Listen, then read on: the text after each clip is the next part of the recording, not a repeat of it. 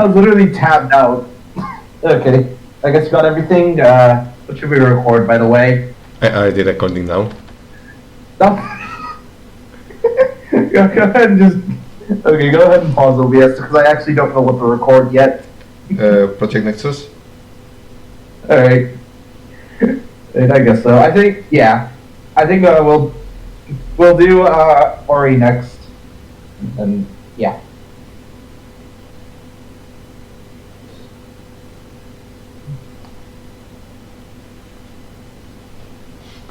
Oh, I should probably change my status. And pull up the stream.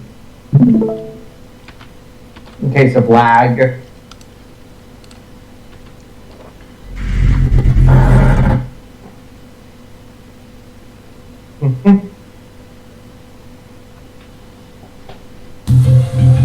Okay. So it's after Sheriff. I'm gonna load my most recent save.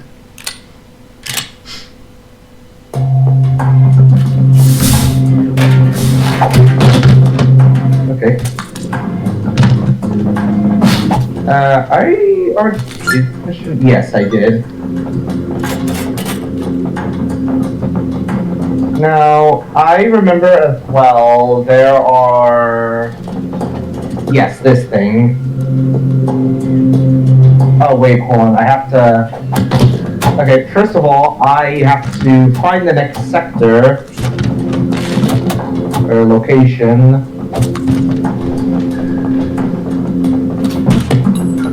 Nice gunshot.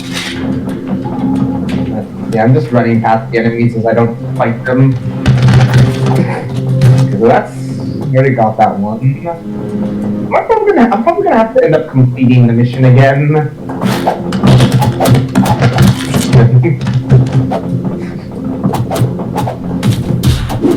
And because you don't really explore the open world that much within the campaign. Ain't that much. Oh yeah, it's right here.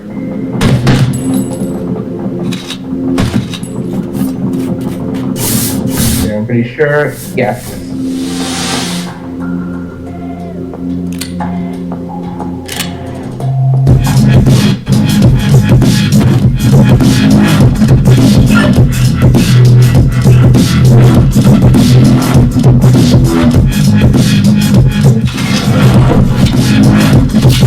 Of course, nothing here.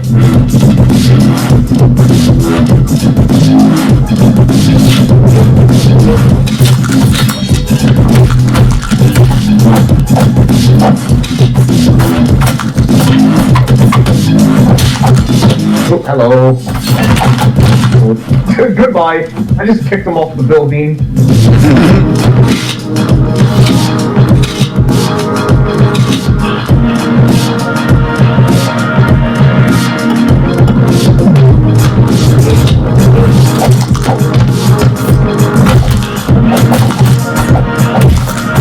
If it isn't obvious, these guys are also bandits.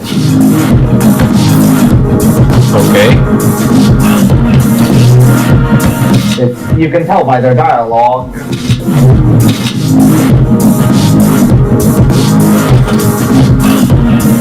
Also, you are wood. I know, it'll auto-recover. It should auto-recover.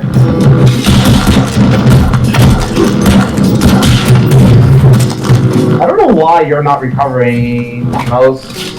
You should be able to recover.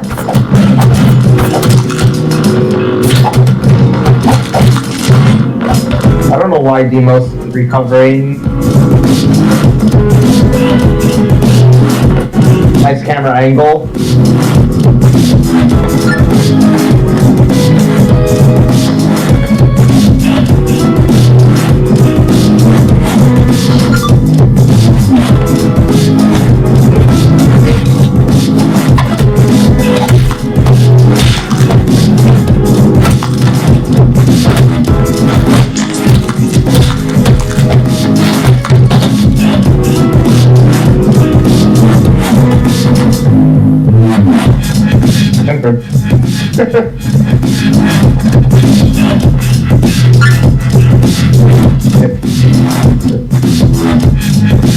Onwards.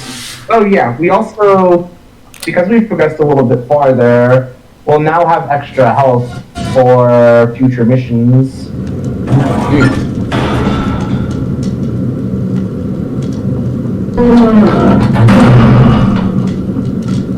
And so, yeah.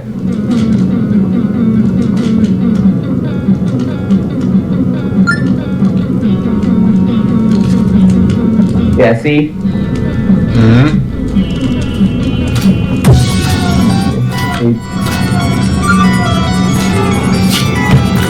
Just about every character has some.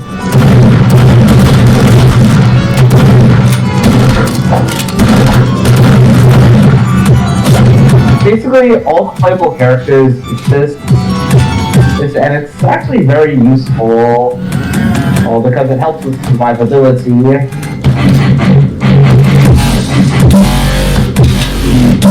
I can quickly swap back and third. And witness how deaf and blind these guys are, apparently.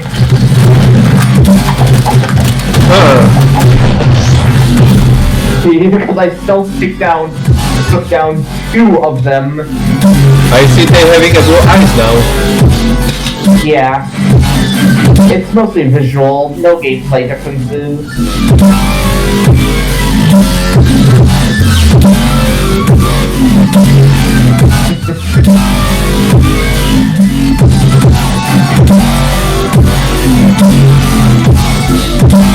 Never had this cutscene before. I don't know.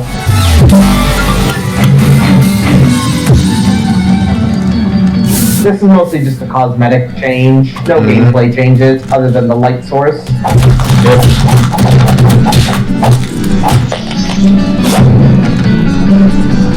Also, these bandits in particular love throwing off you.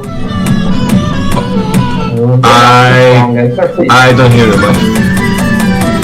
What? What did you say? These bandits here throw rocks at you. That's the only noteworthy thing about them.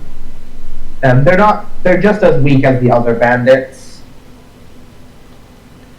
Yeah, and also I barely hearing you tattoo music. First time I've ever had to turn on the music. Is this good?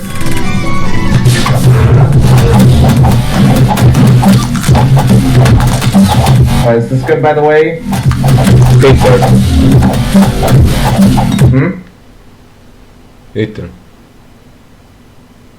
Oh, it literally gave me a genuinely good notification and about it. Basically notifying you to both play the game levels on higher difficulties and so forth. I think 50 should be good. Yeah. Is this good? Yeah. No? Alright. Actually, pretty sure there's it's just flashbangs.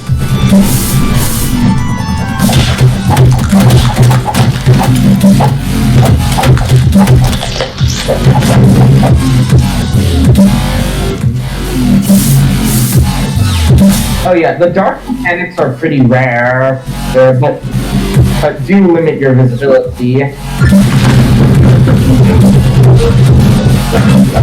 Oh, I thought that was an enemy. But they're rare, to say the least.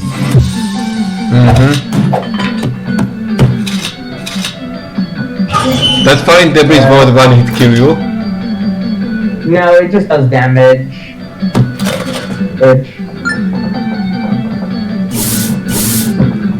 Oh, hey look, our first half-mag enemy, or brute enemy as the game refers to it as. I think this might be a golem though, but I'm not sure.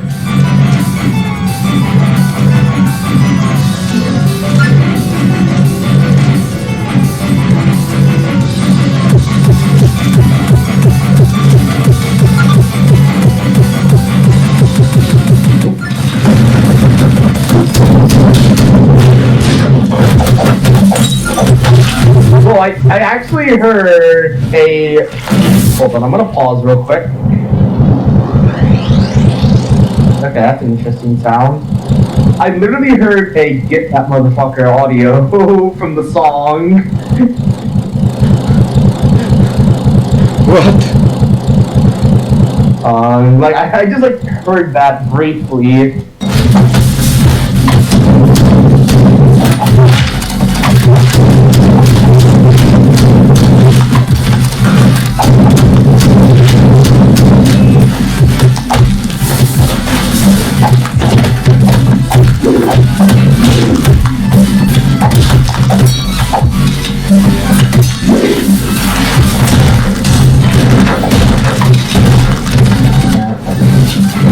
I'm just gonna melee. Basically, brute enemies get angry if you melee them enough. But you can do that on them while they're when they are weak enough, when they have finished attacking.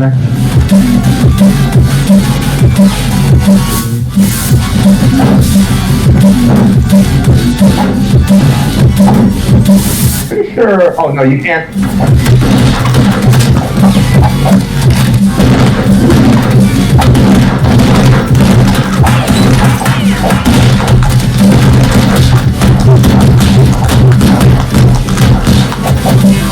The guy. Oh, I killed him as he fell. Oh yeah, shields are a thing.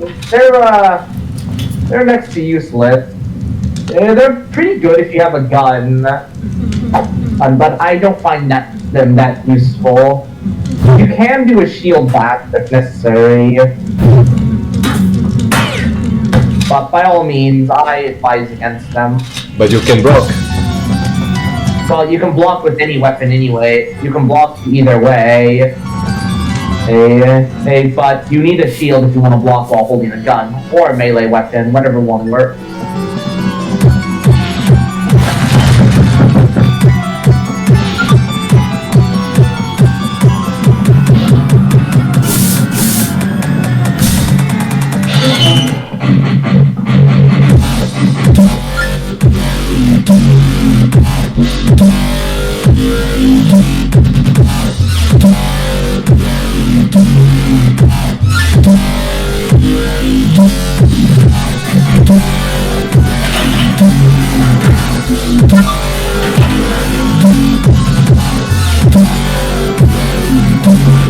I think I'm pretty sure as well.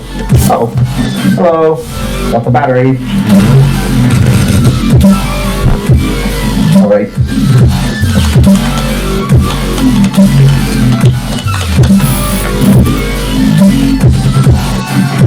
Why are you not holding a weapon?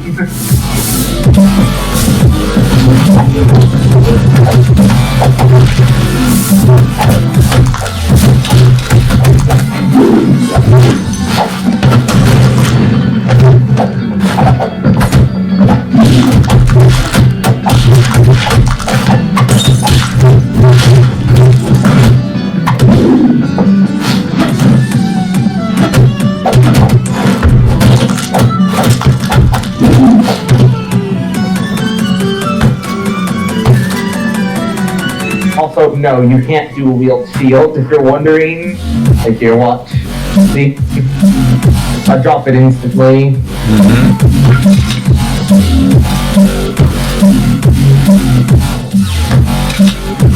Okay, how come a nail bat can be one-handed, but a freaking, but freaking boards cannot be? I'm just questioning game logic here.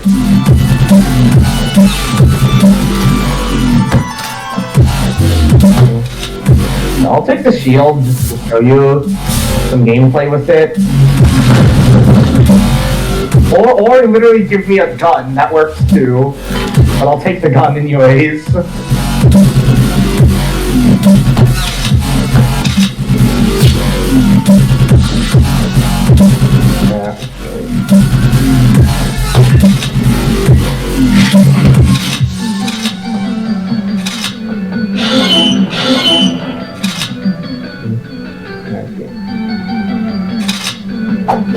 The big old weapon. It's just a big weapon. And it serves the same functionality-wise. Green. Green lighting. Oh, there it goes.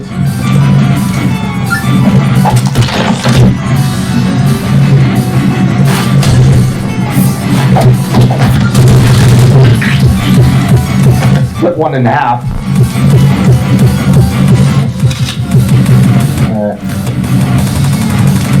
Yeah, so there's a keyboard. Yeah, there it is again. I heard the to get that motherfucker again. And if you listen closely.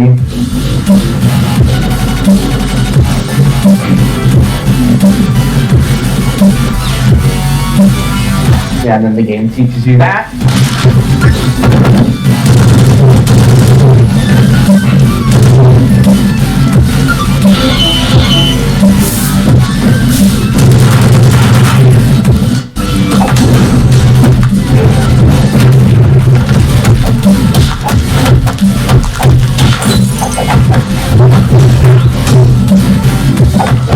Nice. Thank you.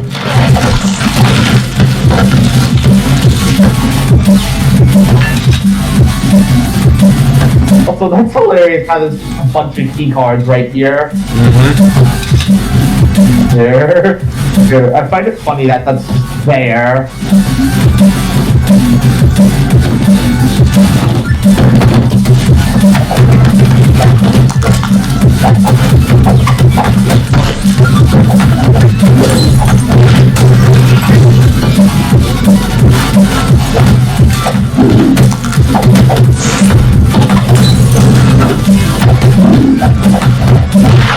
Oh my. Yes, I can.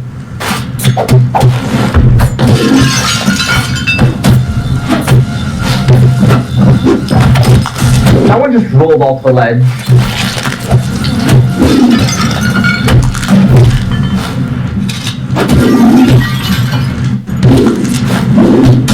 Oh, there he goes.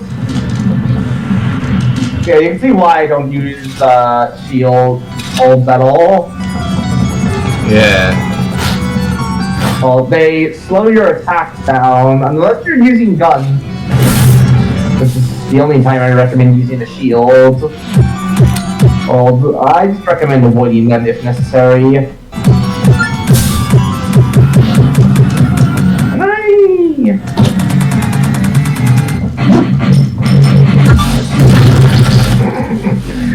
It's oblivious.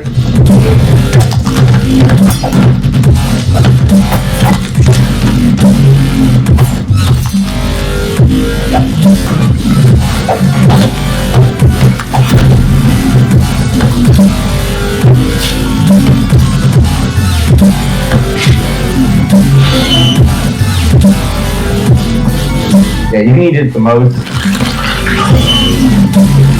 I think I'm gonna control Stanford, but primarily due to how torn up he is.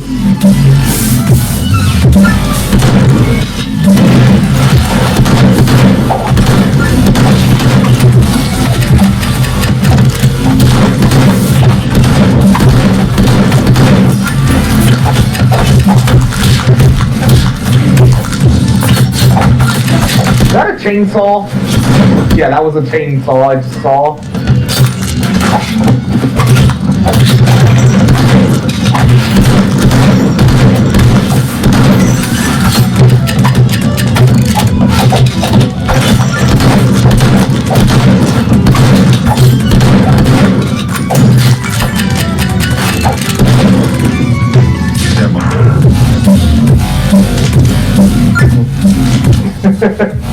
I just noticed the dialogue. What the fuck they are talking about?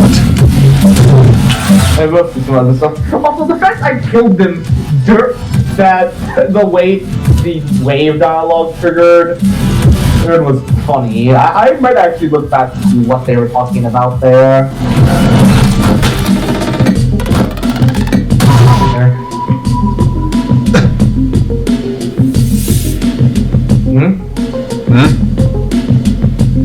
Also you finish it. Also you finish this level in 2 minutes. That it's not much accurate. Yeah, a lot of the levels can be pretty short. Or, though, trust me, some of the boss fights can get hard, to say the least. I swear that level was longer than 2 minutes. Yeah. I might as well mention, like, while I am steamrolling through most of the levels, trust me, my streak of wins, they'll end eventually.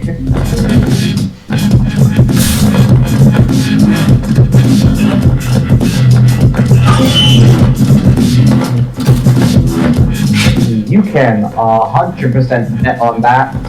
Also, why your health icon looks different from compared to others? Oh, did you notice it? Just notice it now? Yeah. Yeah. Certain cosmetic sets that's obtained through playing the story give you extra health.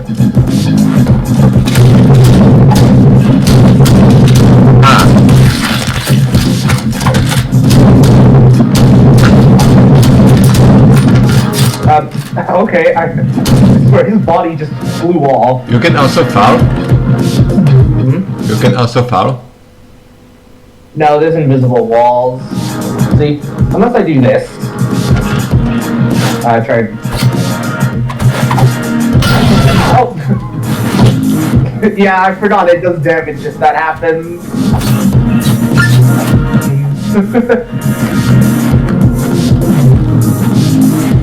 You just lost a health. Yes! Oh my god. Yes, I did. And like I mentioned, you can die in the hub, but it's super rare. And all that the game does is put you back where you last stood at. Usually, typically the last checkpoint.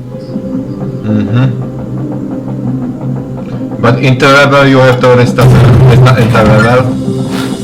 Yeah. Oh yeah, I think these guys, no, they don't run. I think this is our first intro to zombies, by the way. Yeah, zombies.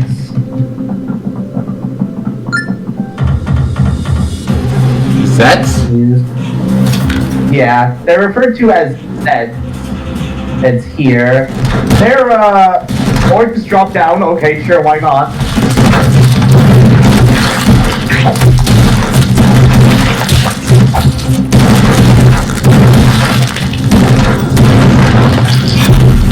Yeah, if it isn't obvious, they're a little stubborn.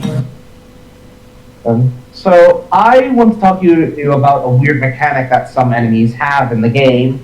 Some enemies technically only have one corpus. However, when they die, they don't, well, die, they just get back up on the spot. Zeds are one of these enemies. Unless you deal fatal damage to them, like jibbing them in some way, shape, or form, or doing takedowns on them, they will get back up. However, they can only do it so many times. That's annoying. And yeah, they typically only can do it twice, though some enemies, from my knowledge, can do it 3 times. There is only one enemy in the entire game, from my knowledge, that has this mechanic that no matter how many times you take them down, they won't die until you do a takedown and then kill them. And the sleeper golems, as they're referred to. Oh my god. Yeah. But they're not that bad anyways. They still follow the same properties as golems, as normal enemies.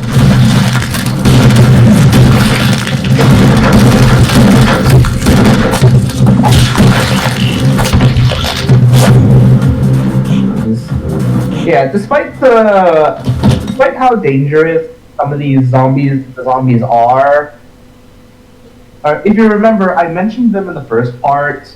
In the first Project Nexus, they were extremely dangerous. They boast that one-hit kill mechanic. However, what did I say? Yeah, but here, But here, though, they do not share that mechanic. They can't insta-kill you. They can still grab you, though, but they can't swarm you. They're never really that bad of an enemy. Anyways, what were you gonna say? When there is where zombies, then there is also should be where Christoph nearby or Jeff or what was his name? He's not.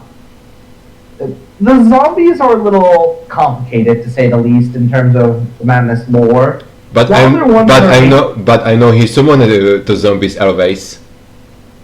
Not all the time. Some zombies aren't created by him. In fact, some of these zombies are actually failed clones. And things are very, very complicated, and I'll try and simplify it. To the best of my ability. Selves, some of the things that were mentioned, and we'll get a more cleaner explanation about it later. But essentially, some of these zombies are actually clones, failed clones. Oh. And usually as a result of a cloning machine failure, or as an example. Well, yeah. There is, of course, zombified golems, and we have yet to ever see a canonical zombified mag agent. Wow. Or half mag, yeah. And I'm sure that you will encounter the zombie come very soon. I'm sure that you will encounter the zombie come very soon. No, he doesn't show up here yet. We'll encounter him way later in the story. Oh. Yeah, see, they can still grab you.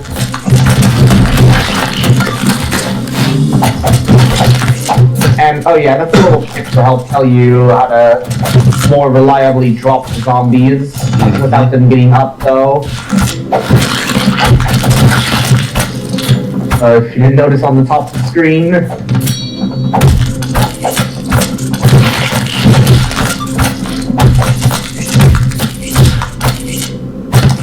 But I never really struggle that much with them anyways, even when I'm not doing the proper method, the recommended methods. 50 combo. 50 combo. Yeah. You can hold shift, like I mentioned, to aim at their head, but like before, you'll probably never need to use it.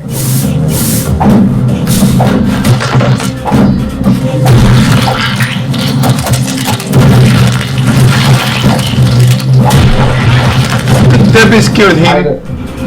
Oh yeah, I didn't even notice that one of the zombies were killed by debris falling on them. Oh yeah, our first holdout.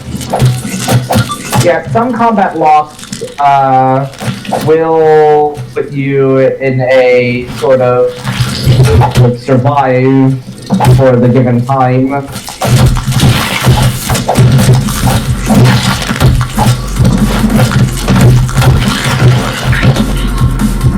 Of course, they're still vulnerable to takedowns.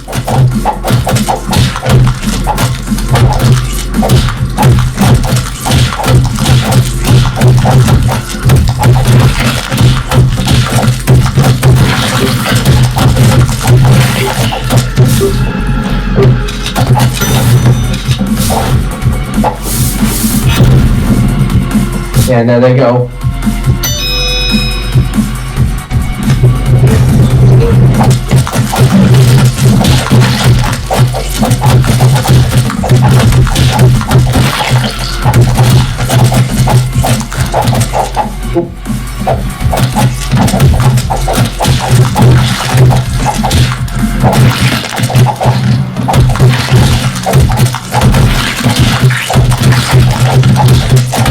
Oh my goodness. Yeah, they show up a lot in this level. Like in Let's Play or Resident Evil, zombies get everywhere. You can hide.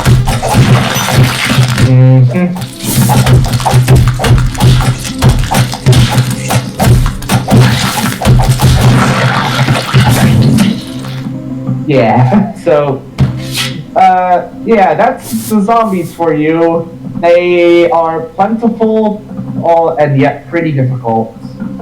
Oh yeah, this is a mechanic that shows up in one area. They're little alarms.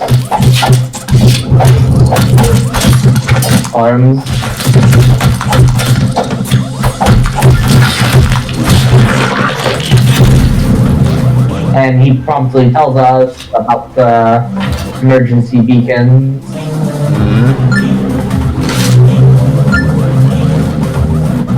And also, you can order your teammates around as well. Basically, it's mechanic. It's sort of a one-off mechanic. It only shows up in this one area. Walk into their trigger ranges and they'll activate.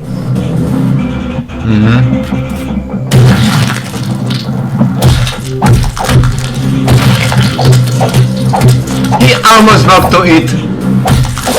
Yeah, with how janky the AI is in this game, you're gonna need to use commanding your teammates to avoid walking into those.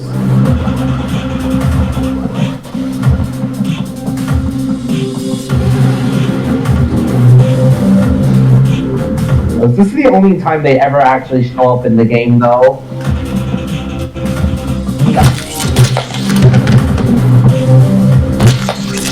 So you'll never need to worry about them. I just triggered that one by accident. Yeah, see? One got activated by accident, and zombies.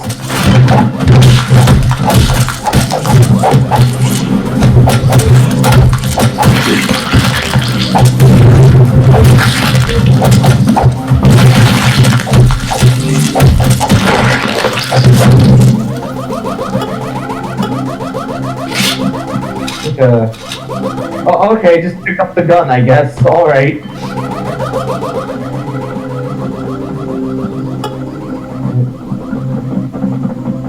Yeah, I'm pretty sure as well you have to... Oh, okay, just... I've never seen that before with the AI. Oh, yep, I got spotted by it.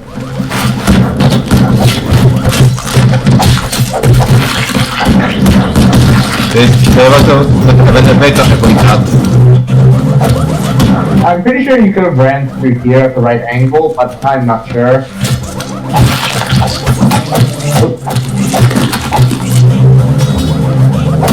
At the space there is not an achievement for that. Yeah, I'm pretty sure I could have gone up here, but the zombies are never that bad anyways.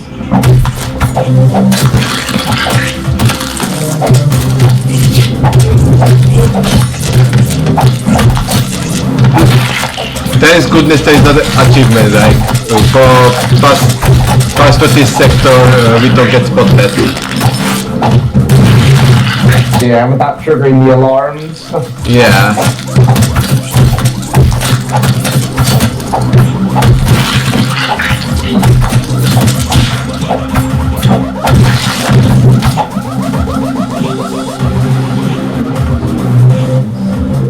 Yeah, that's a chunk of head, by the way.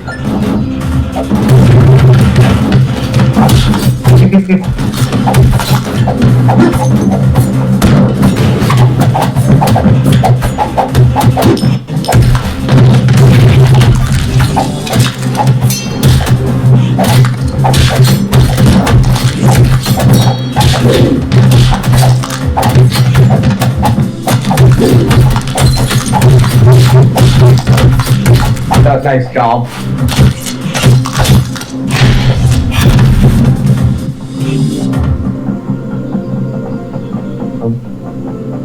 If it isn't obvious, zombies aren't that bad of an enemy. They're mostly just there as a small nuisance. They're never really that bad.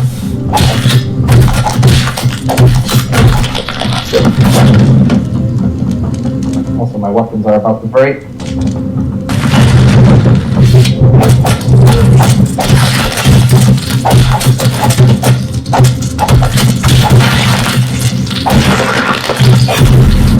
Zombies can sometimes carry weapons, though.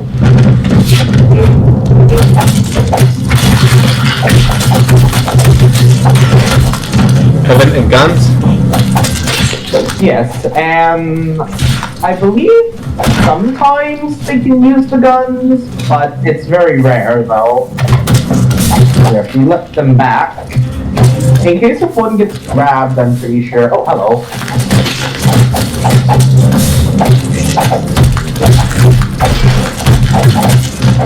Oh, wait. I got grabbed. I didn't even notice it.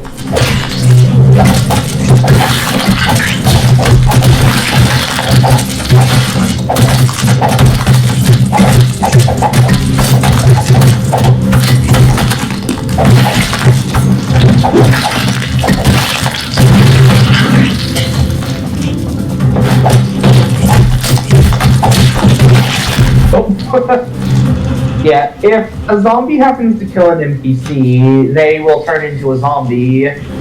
But this is rare, and I always see zombies end up killing the guys they're wanting to infect over, you know, trying to actually turn them.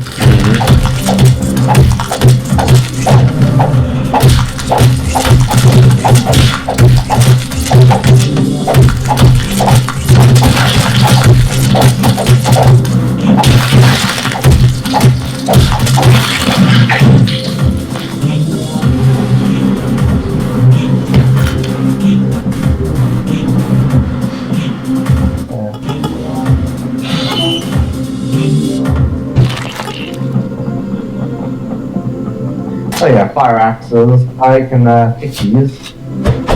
Okay, maybe I should one hand them because they're a bit heavier. Yeah.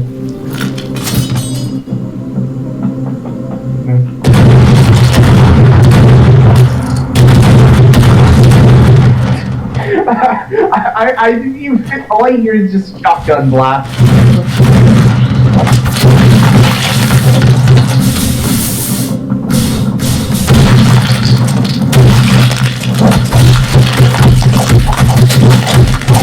Oh.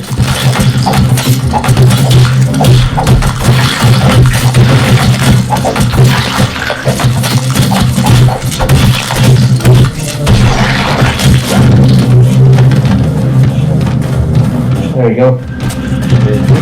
Their bodies are falling down. Great job. Great job. That was no input on me.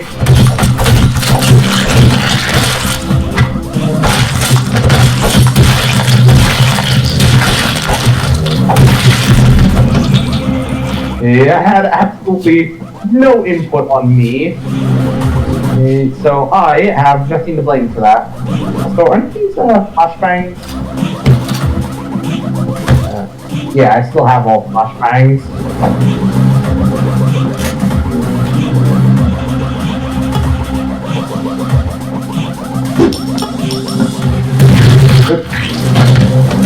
I accidentally dodged into it.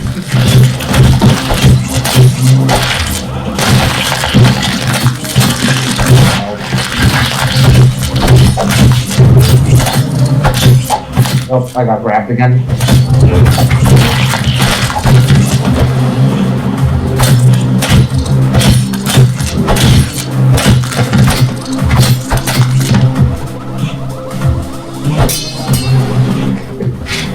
That felt like a skit.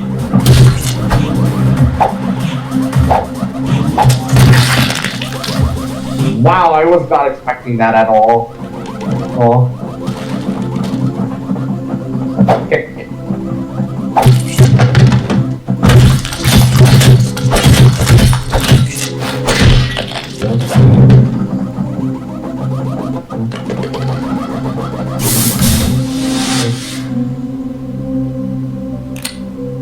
I got an itch on my head.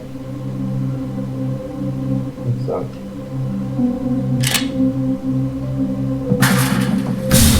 There we go. He is zoned out.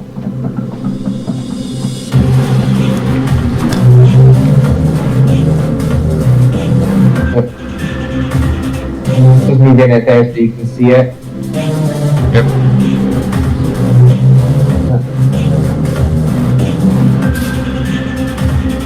So, yep. Onwards. And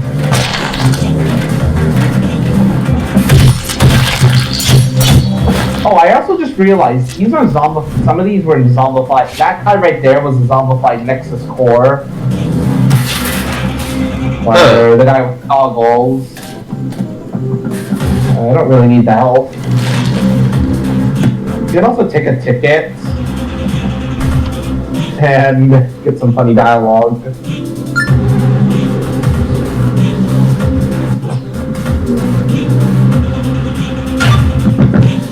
Oh, hey. Hey. It's not. Wait. Yes, that was the zombie gill. So, of course, this game came out after Reality Compromise. Well, it came before Reality Compromise. So, yeah. His boss fight.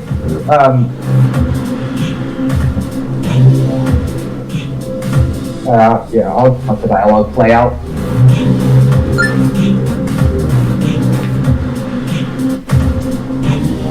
Okay. Zombie Gill, or just Gill,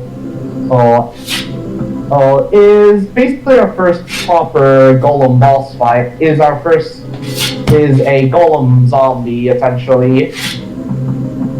They're not too common, but they exist.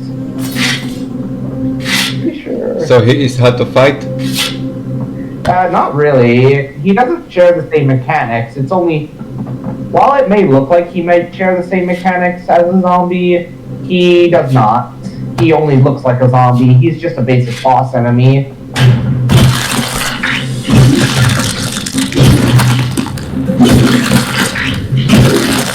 So he's one of the only zombies, from my knowledge, that can talk.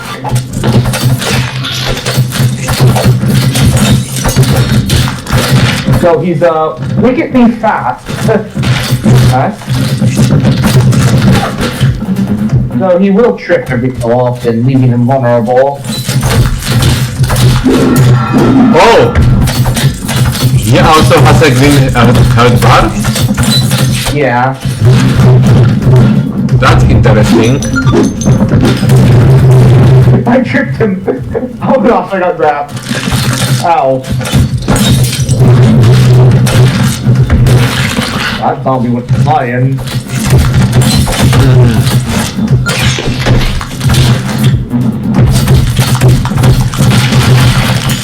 Oh my goodness. I witnessed like 3 zombies get railed by him.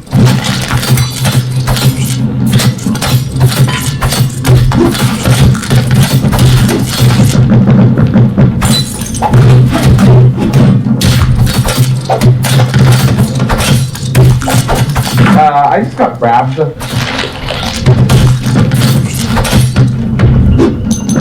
Oh! I'm not dead.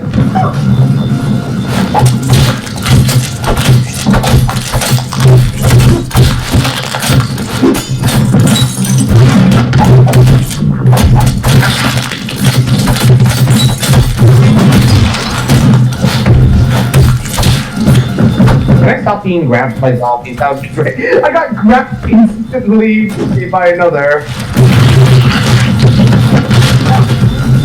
I am going to take critical damage. Oh, I blew him up! Oh, wait, I took his head off! Oh, as a matter of fact. Like, I took his head off. Wow.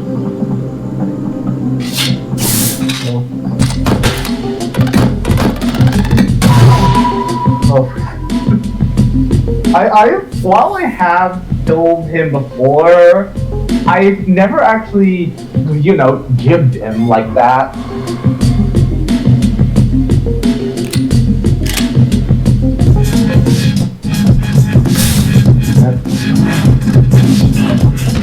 Also, I believe zombies here will start spawning. Yeah.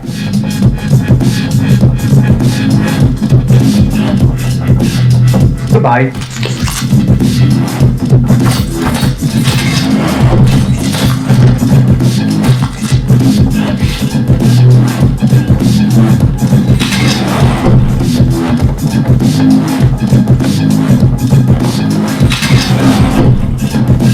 And now I'll have access to the entire hub.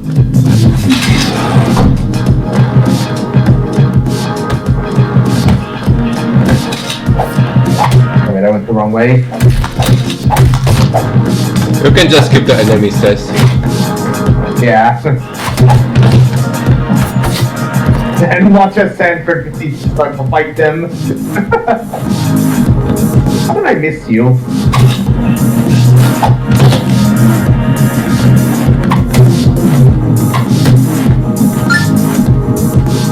Scenic route.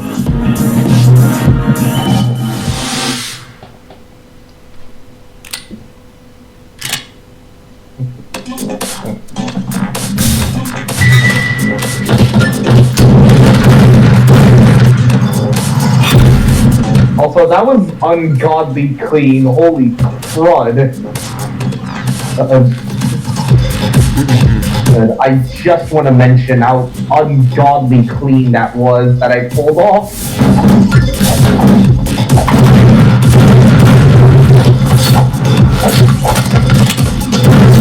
Alright. Hey, I have a grenade, by the way. Oh my goodness. Wow. What is it with me sometimes chucking a grenade into just the right spot to do that? That sometimes. Oh yeah, I have shrapnel. Okay, bye.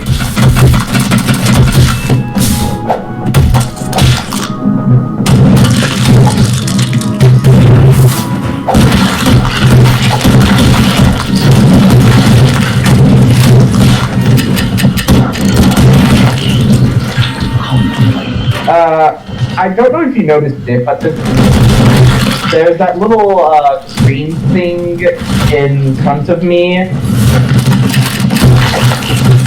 Yeah. Okay, yeah, that green little thing right there is heat spot. Basically, if I hit an enemy in just the right while they're within that spot, I deal criticals to them. I rarely hit those on purpose.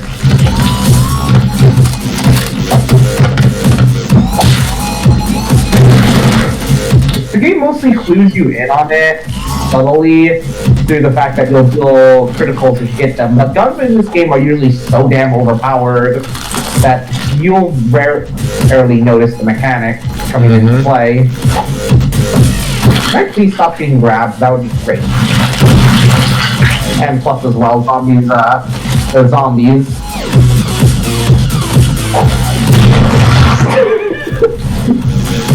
I just ran in.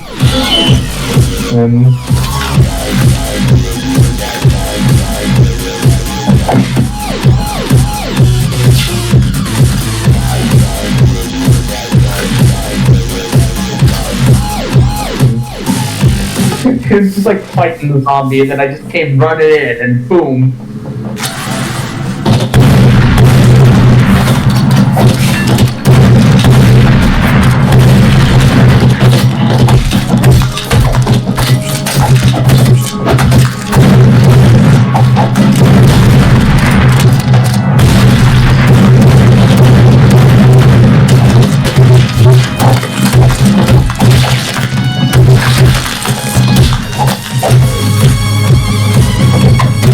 You got grabbed, so I'm just going to do it for you. Oh, hello.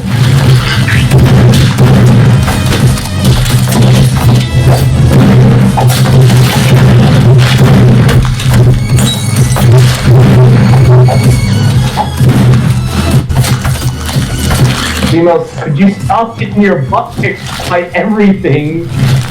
Thing.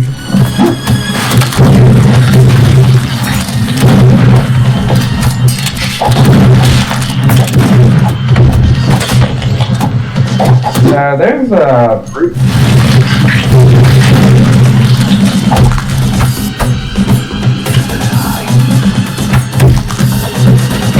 Oh! Right, I forgot that mechanic for Stanford. You can just do that. Yeah, normally it pulls an enemy towards you, but if it's a big guy, it pulls you towards them.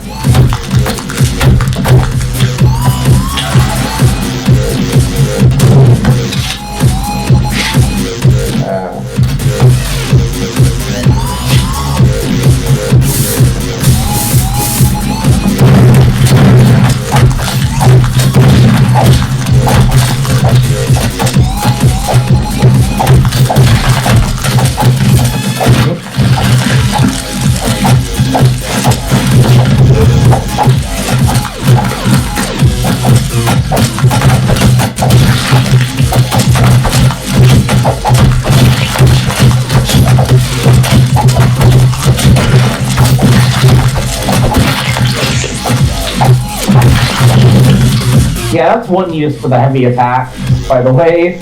Getting enemies off of you. Yep.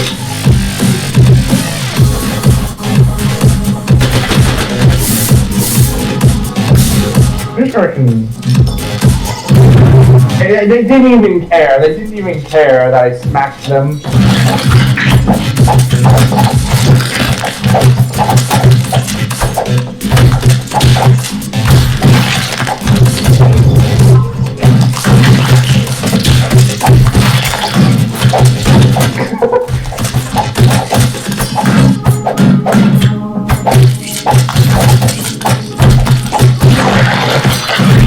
That one just received a flying drop kick to the face.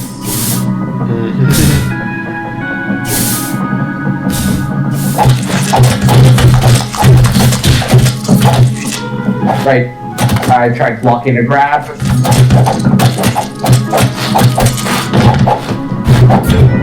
Can I stop being grabbed?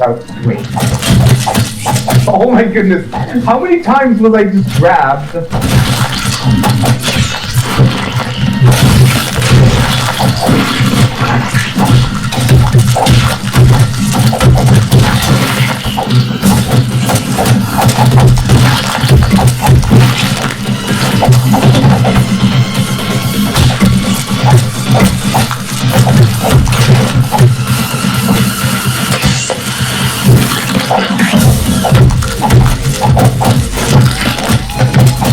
That did not work.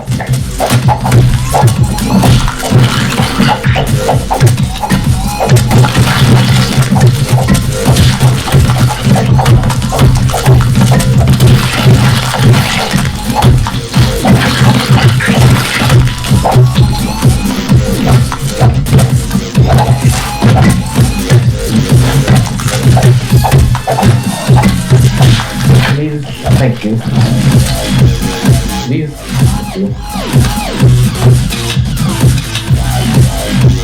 You have a broom.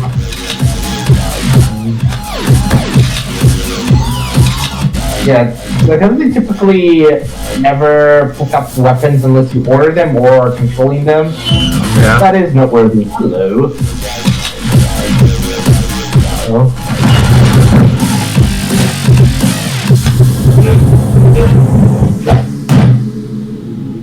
You good, buddy? I think this one. I think this one shut down. Oh nope, it's working.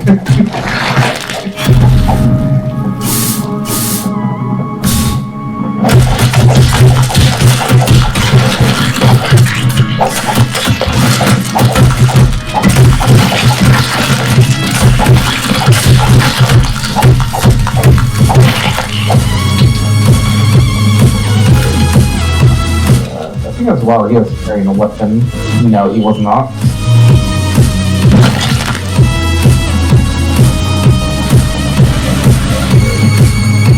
Pretty sure it's no, there's no functional metal detector.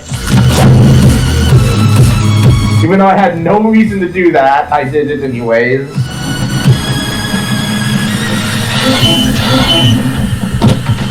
Oh yeah, Molotovs. These are actually something you can't actually throw. These are actually items you cannot carry on hand. And you also only can throw them. Okay. Oh yes. Also, since when is fire bite? What? Since when is fire bite? It's a world thing. You do know that, of course. Anyways, I guess I'll talk about the Swamp Zeds while I have the game paused. They're basically zombies, except they can spit a projectile at you. That's the only noteworthy difference about them. They can poison you and deal some damage over time, but it's super weak. Again, you'll probably never really get killed by it or take damage from it. Okay. Also, I had hair in a weird spot.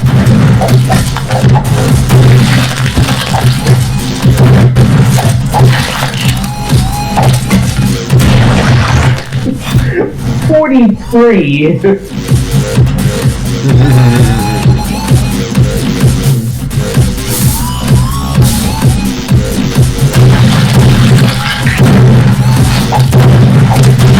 Nice ragdoll.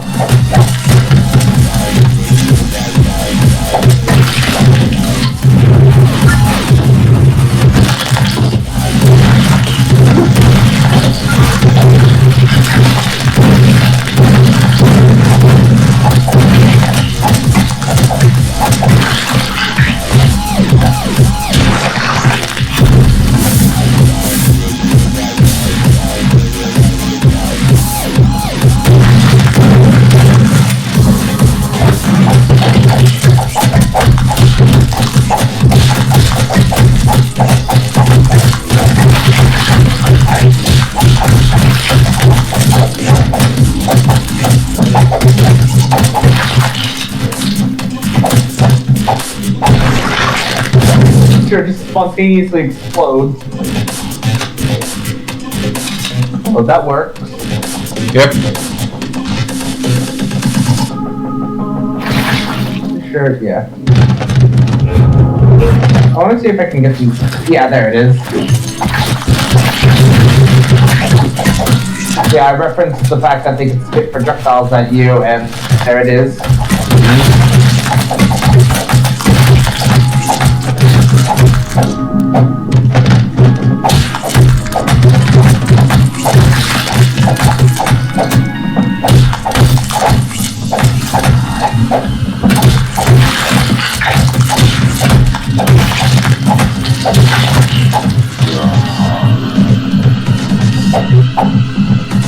Okay, he just suddenly lost aggro.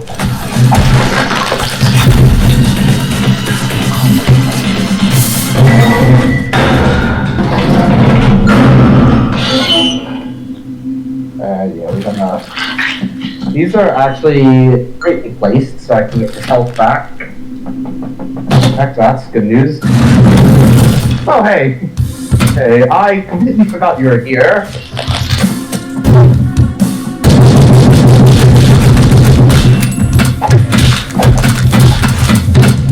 Yeah, this is the refight with Mag Agent, with Mag Bandit.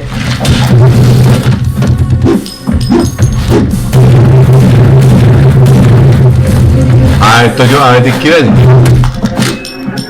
He didn't die. When he rammed into the wall, he only knocked himself out for a moment. But this will actually be the last time we'll fight him in the game. And so, yeah, I don't find this fight any more difficult than his first fight. The only difference is the location and the fact that he has some extra attacks.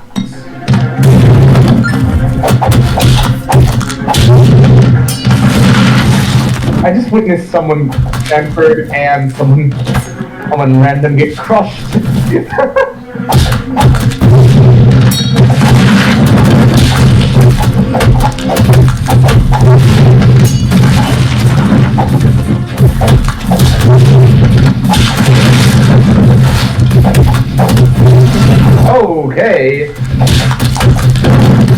I don't even think I was hurt.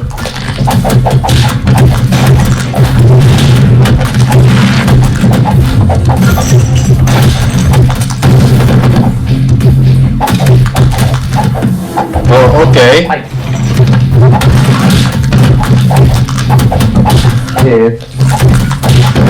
I'm pretty sure he's done for. He's crushed one of his own teammates.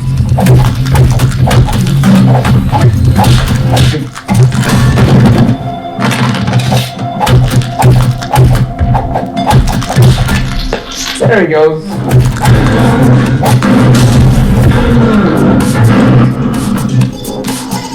I'm really gonna miss that guy. Okay, that was interesting. Yeah, like we literally just met him. Oh yeah.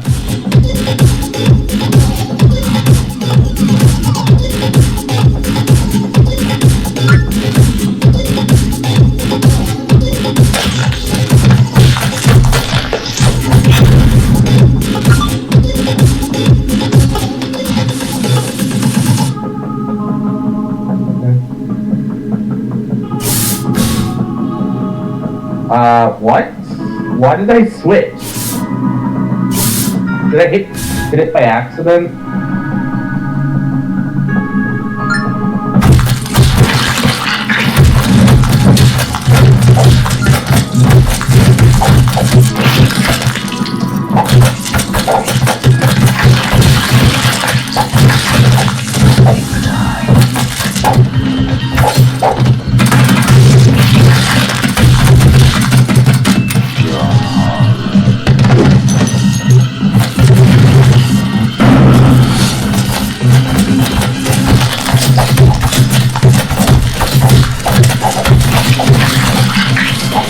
Oh yeah, there's the poison. I got hit by one of their projectiles. Yeah, I got domed by one of the swamp zombie projectiles and I was taking some damage. It also slows you down, so that's another thing to note. Yeah. But like I mentioned, it's very rare to actually die to these or take any severe damage to them. And the poison.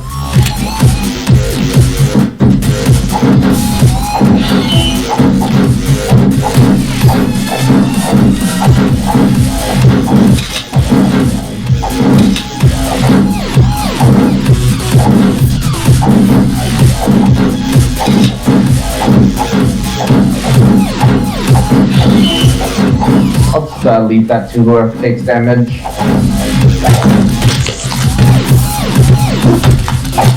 You might wanna...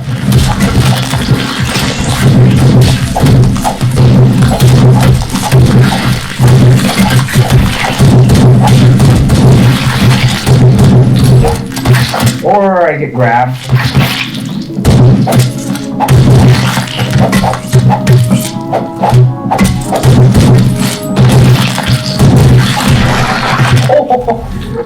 I swear, I just like swung and domed him in the middle of his jump.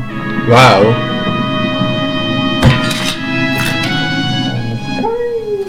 I want to grab this. Yeah, I'm just gonna use this size and real quick. There we go. And for him also. It's a one-time use. Oh wait, no, I see another one here. Here.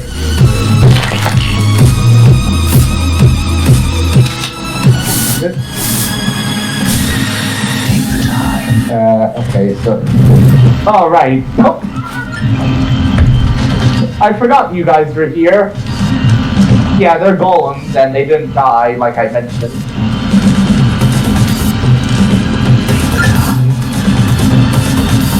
This is the second fight with them, by the way.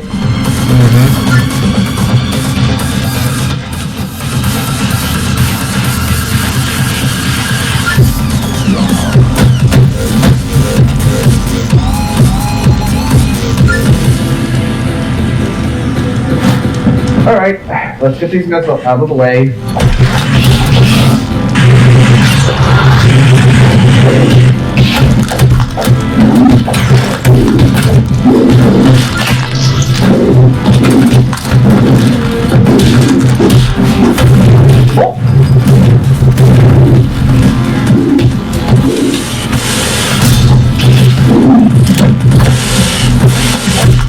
Stop taunting.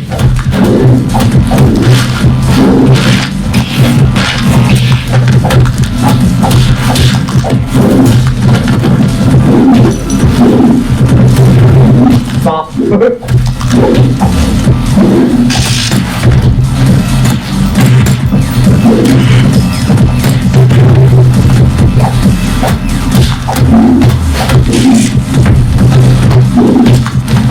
They keep getting thrown all over the place by their taunt.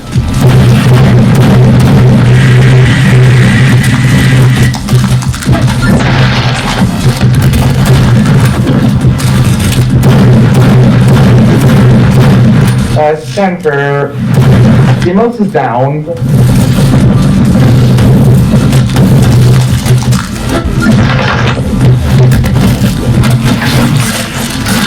Yeah, I got him up.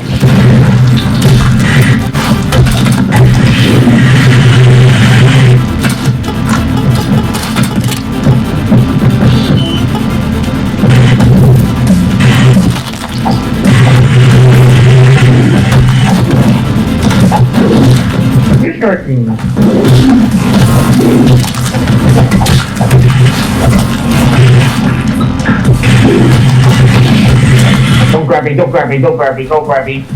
Oh, they taunted!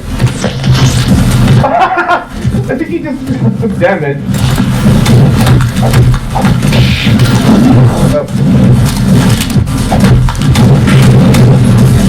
I just got command grab.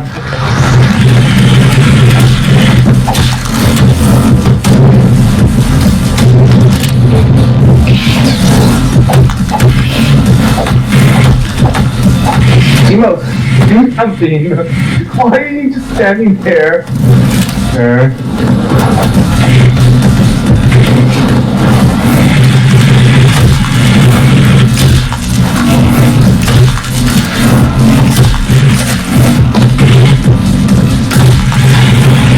Oh, he's down again.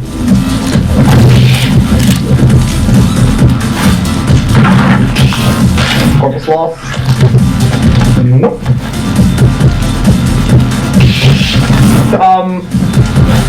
Okay, I just casually witnessed him teleport.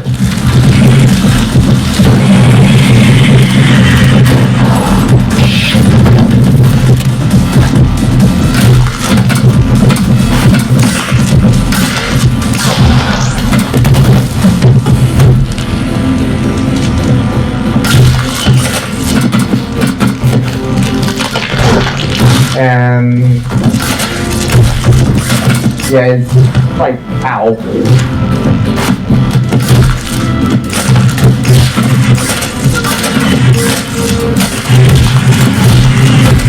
It's a nice job. You just lit your own teammate on fire. He went down again.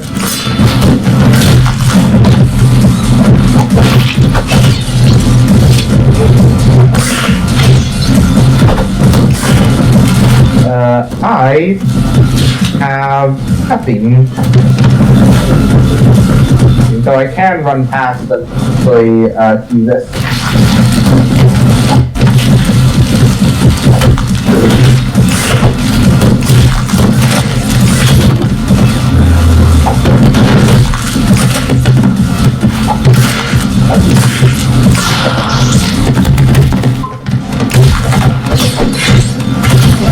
Ow.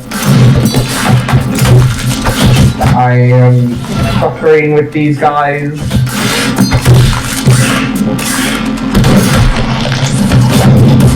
Yeah, despite me steamrolling, this is going to be the part where you're actually going to see me die and possibly fail quite a few times. So your teammates...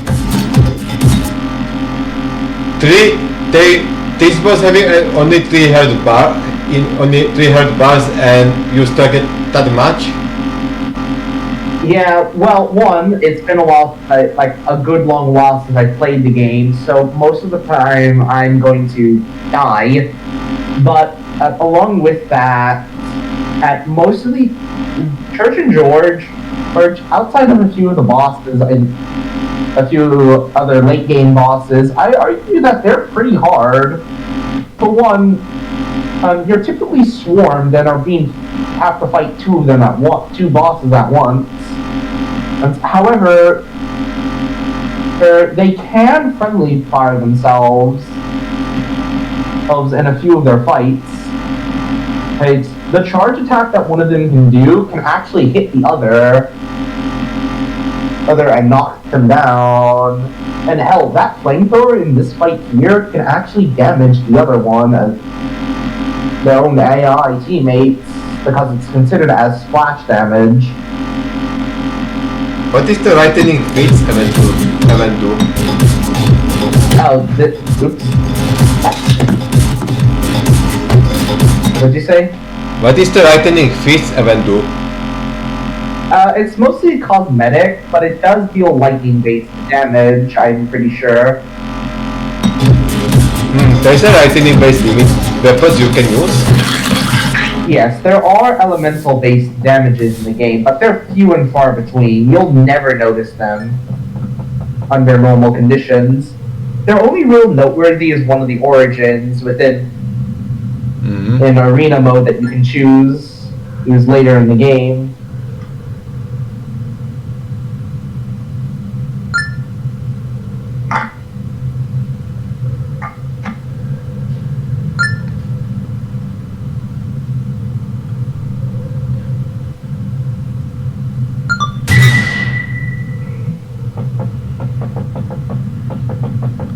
Okay, that mission is wrong. Yeah, I believe this is one of the longer missions in the game, but it's not the longest. It says this is the only mission in the game, I'm pretty sure, that has 2 boss fights in it. And all you gotta do is just follow the cord.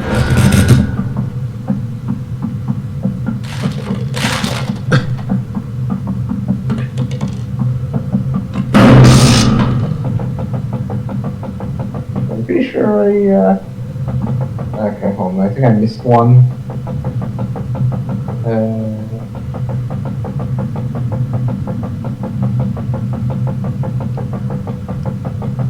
Game.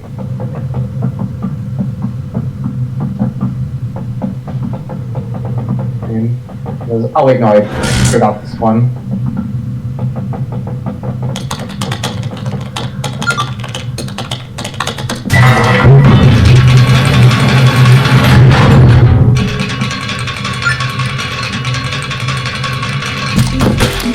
Finally. 8 minutes. Yeah, I think this is the only mission in the game outside of mini bosses that have 2 boss fights. It's in one.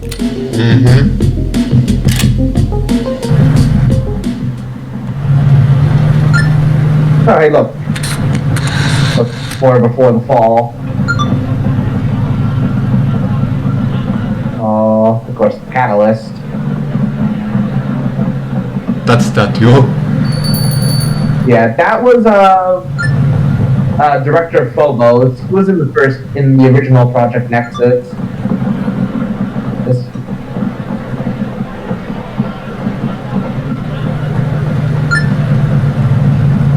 Okay, just hop onto the chair, I guess.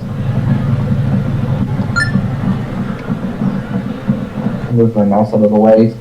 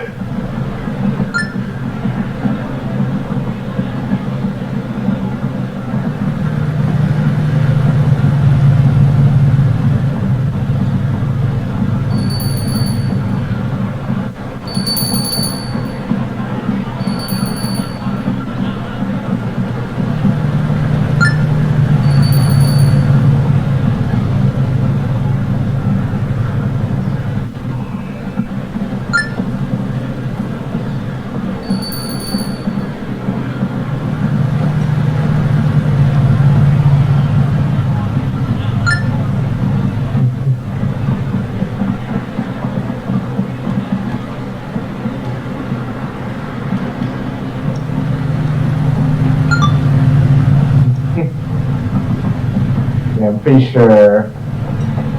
Okay, probably. Yeah, most of these flashbacks as well I've seen. And plus as well, the somewhat it's strictly prohibited. Once again, this is a flashback, so nothing changes.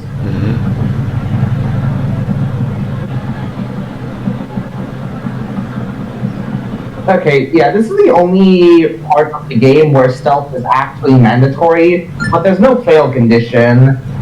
If you're about to get spotted, or you get spotted, the game will automatically have you dodge backwards and get out of line of sight.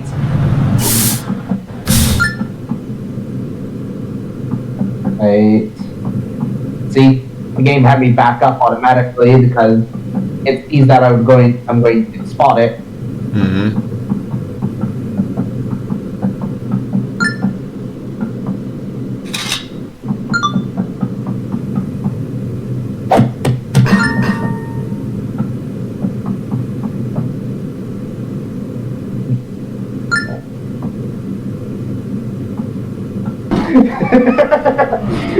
I've never noticed that. That was just the most casual lie. Of course, to be expected, of course. So, yeah. Once again, the game is gonna have to wait. I'm pretty sure. So I think, yeah, they'll leave automatically, I think. Oh yeah, you have to vault over this.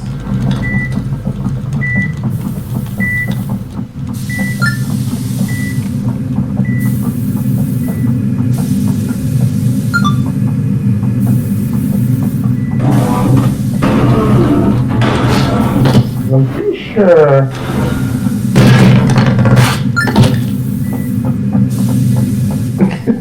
I can definitely tell they had a bit of fun with the dialogue. Log in the game. And having some of the NPCs say some of the dumbest things imaginable.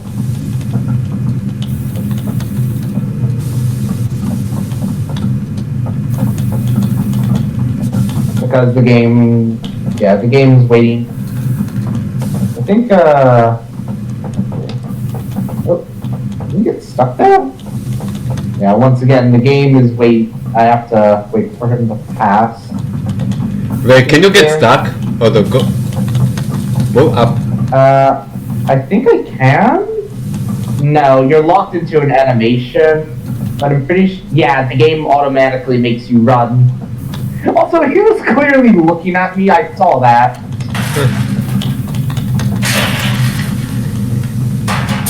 Yeah, the flashbacks are the only moments when you don't have guidance. Also, that was an interesting dive. Once again, the game is waiting for an animation. Yeah, if it isn't obvious, the flashbacks are heavily scripted. Since when the ancient wearing red glasses? This is probably just flashback lighting and such. But like before, I'm not sure where Project Nexus takes place in. I'm pretty sure, yeah. Okay, and then these guys will start moving, and then once again, I'm pretty sure, yeah. The game once again, well, they won't acknowledge my existence. In fact, I'm pretty sure these guys are see you. Oh no, they don't. Yeah, we'll fight Nexus Core later down the line. And because these are Nexus Core enemies, hence the red glasses. Also, their engineers also don't have yellow blood. They still have the red blood. Interesting. Oh, hey look! This is our first instance of us ending up in a Project Nexus 1 location. and because this is the first instance of us ending up in a location from the first Project Nexus.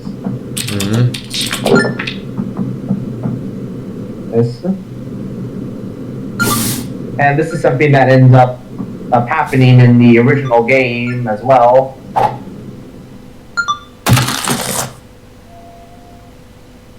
Also, yeah. Okay, is Crystal a good or bad character? It's complicated. Once again, the lore involved... what goes on in Project Nexus is very ambiguous and very complicated, to say the least.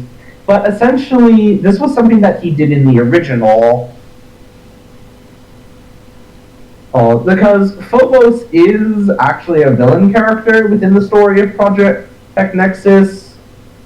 But sometimes you have to do some bad if you want to do some good. Yeah.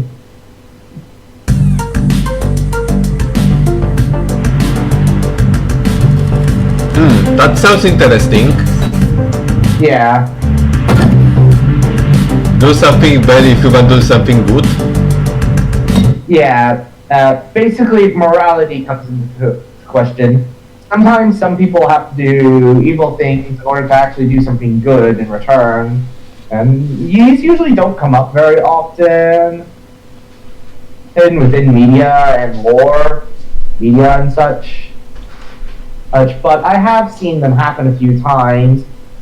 And considering that this came before, that flashback came before the fall, this is, of course, the following cutscene would be during the fall. Huh. Yeah.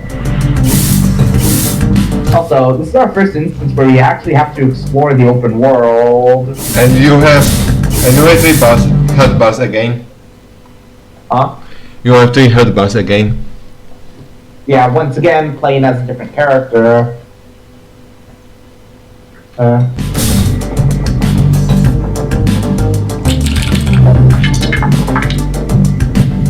also pretty sure as well that email actually isn't a real one.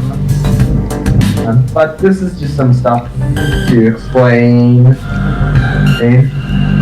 Of course, there's actually 3 notes. So you'll have to put them in order on how they're supposed to be.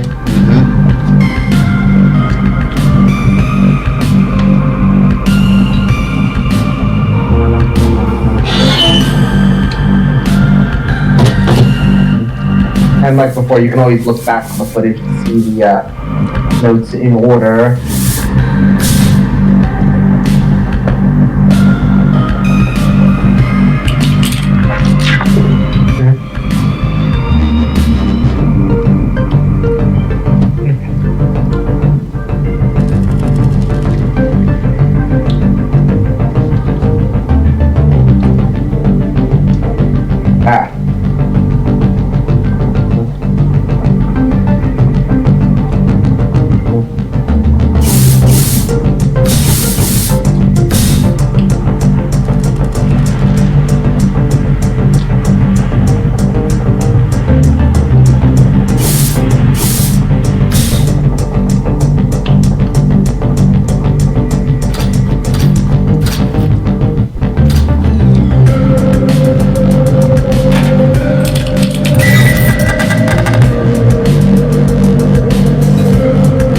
To shove this to the side.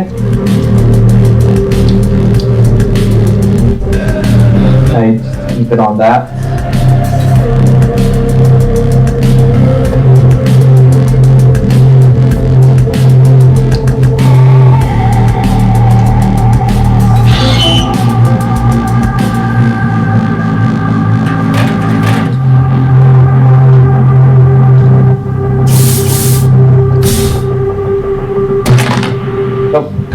Yeah, there's fall damage, but rarely comes up.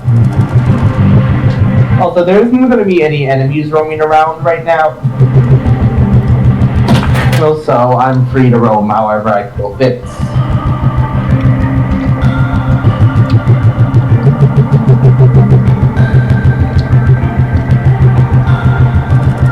And hey, look. flashback location. Yep. Also go back a bit.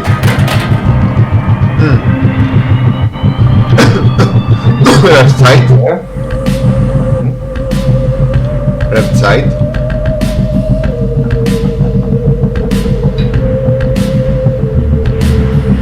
You said left, right? Yeah. What about over here? Continue. Keep go left. I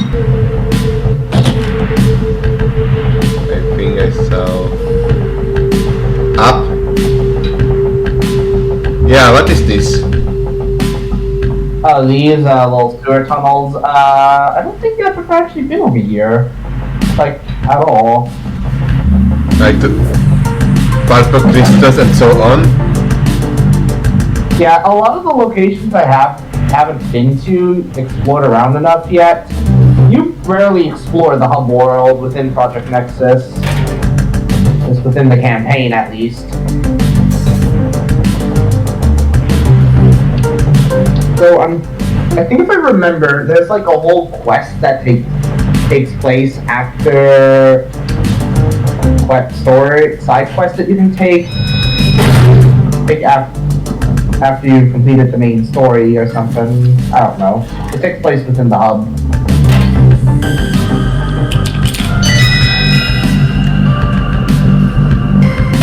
Yep. And now I can go to Seeking Asylum.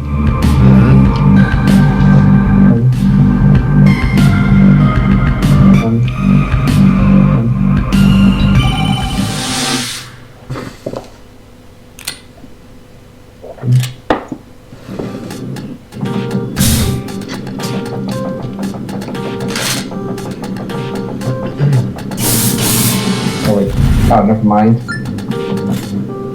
Oh yeah, you can't go through this way. If you actually jump the desks, I'm pretty sure it just insta-kills you. Oh, right. Yeah, I forgot. Yeah, that happens. Well, I don't really consider it as any kind of death or anything. It's more of just a funny troll. Wow. Yeah. So that's what happens if you try going through the normal route. In fact, I'm pretty sure... yeah. I'm pretty sure if you just jump it, turrets won't care, if I remember. Yeah. I find it funny that being a gentleman and following this gets you killed. Oh.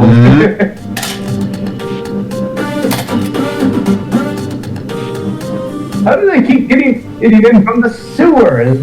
I'm pretty sure as well. Yeah, there's nothing extra.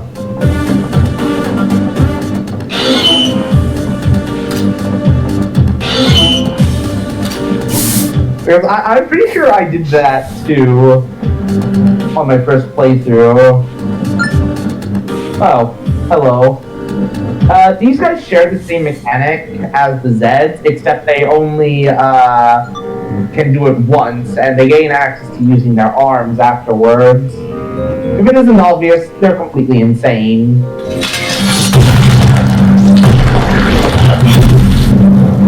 Okay, I don't know what that timing that was all about, but I wanted to also show the fact that they'll get up like before when they receive fatal damage and actually start using their hands, but I guess I instantly killed them. I see that playing so without partner is harder.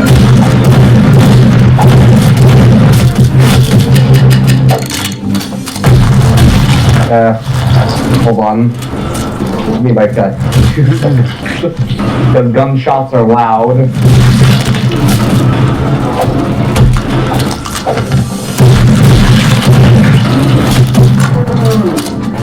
Oh. Do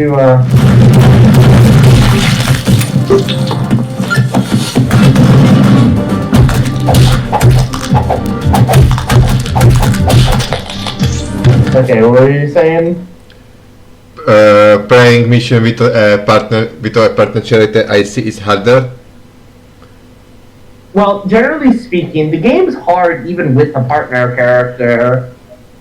The game doesn't change that much if you're playing with a friend within a story mission that is missing a story-oriented character. And because I'm solo, the game doesn't really change that much. Typically, in most missions, you'll be playing as one character, but in some of them, you'll be playing with another character. I mean that hang missions is kind of harder than the Demos Vitas and Fort. Kind of. For one, you don't get infinite revive. You don't get a teammate, so you can't do infinite revives. And there's also the fact as well that Hank greatly makes up the fact that he's solo for being, well, very, very strong.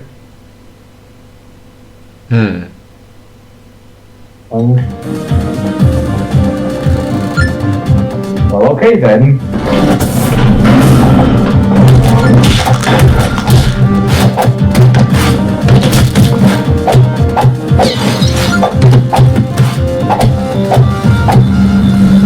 Can I please?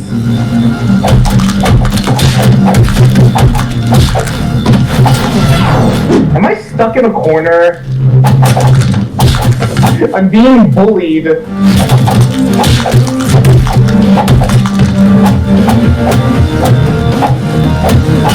Stop.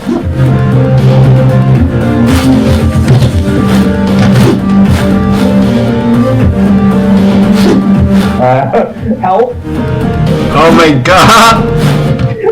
Wait, I think I got out. Come on. Get out. I'm stuck in the corner. Well, that's asking for a starter mission. Or not. I got out. This one just shut down. He's just standing here. Stop.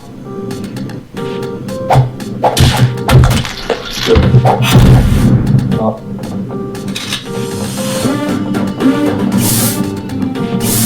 Yeah, I do believe Hank has slightly less health than normal characters.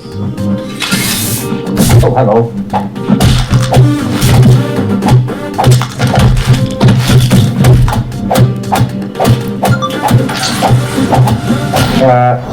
Ow. Well, I did get stuck in the wall and get absolutely pummeled. The one noteworthy thing about the patients is, well, they're insanely fast, if it is obvious. I believe they're actually some of the fastest enemies in the game.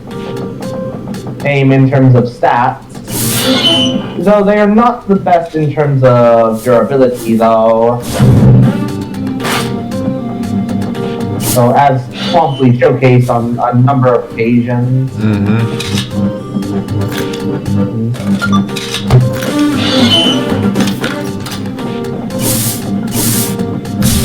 And then because this is an insane asylum, they are in numbers.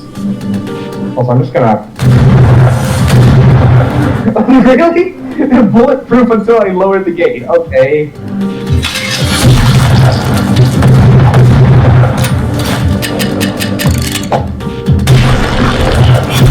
It's typically best to try and kill them to avoid them from getting up.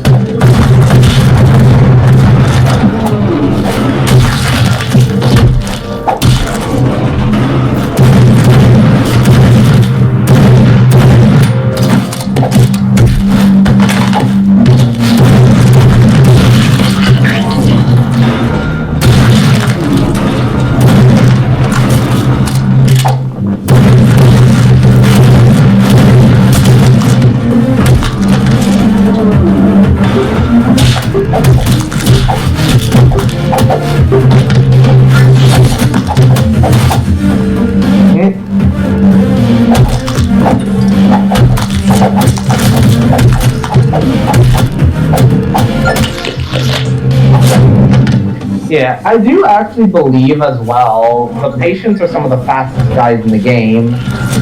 And because look at how fast they are. Or they're always running.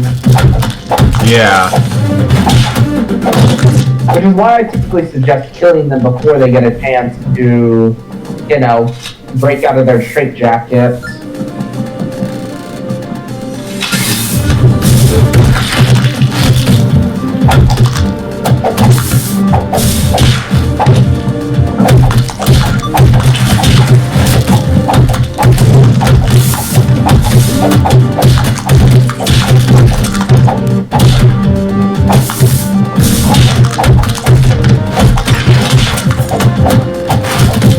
Stop now.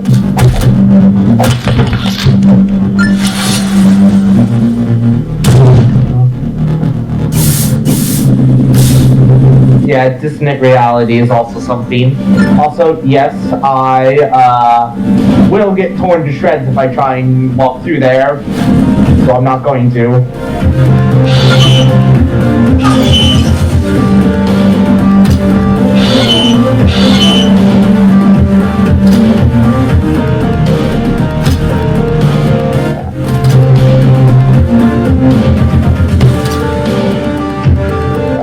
Send this one.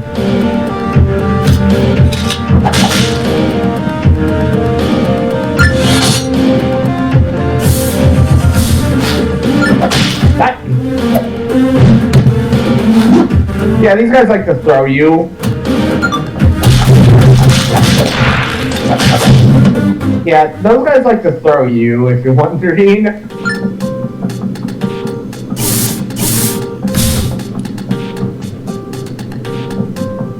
In like a lot.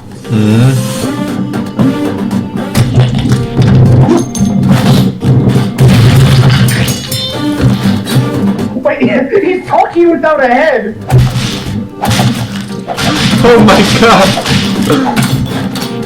Oh yeah, these guys will typically fight each other, so you can typically ignore them.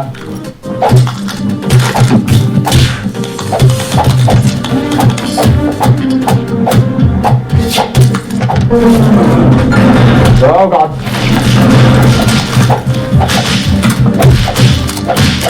Yeah, the ones with the weapons will do well there.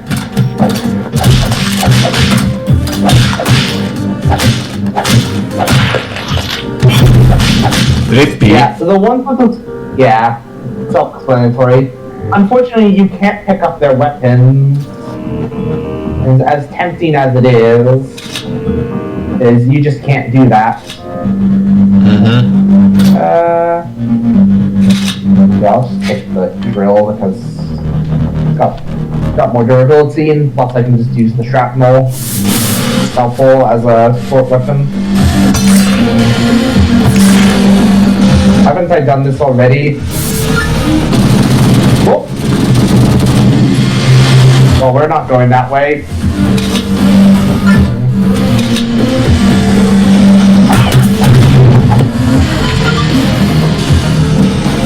Self-explanatory. Can't go up there.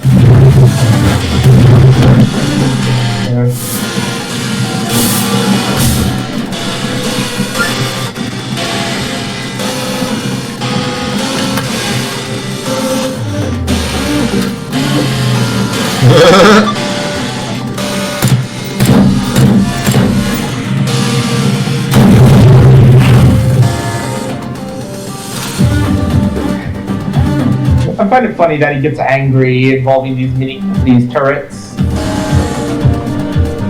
Yeah, because they will tear you to shreds. Unless you destroy them, you're going to have to typically avoid them.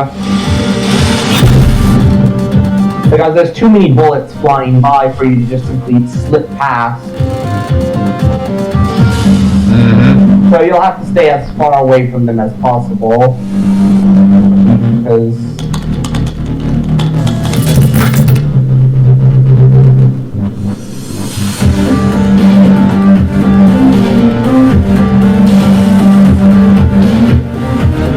And I'll keep that up for a bit. Pretty sure I can... Oh yeah, you can kind of destroy them a little bit.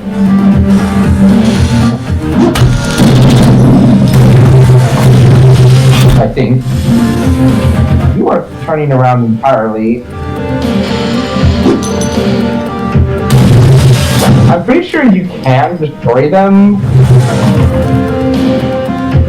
Or completely break them, that works too.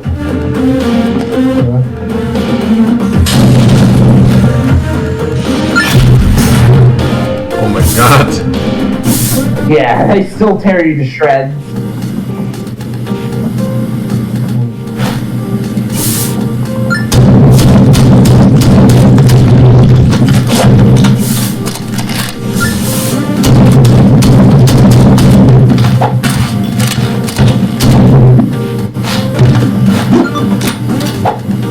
Stop throwing me.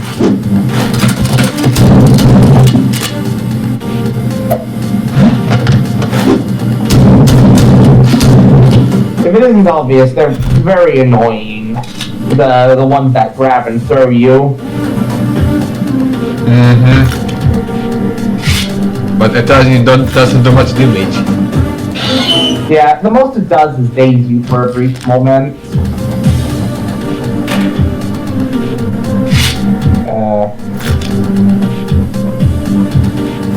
And I'm just taking this. Also some reused assets, I'm pretty sure. Whoa! Whoa!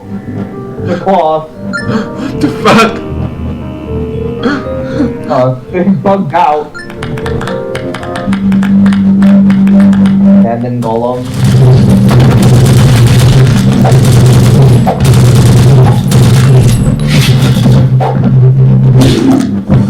I got a gun stuck in his head.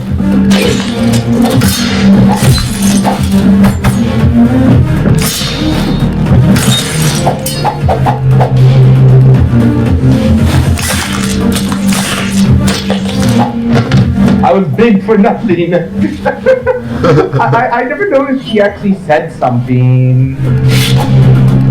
I do need the nail bomb though.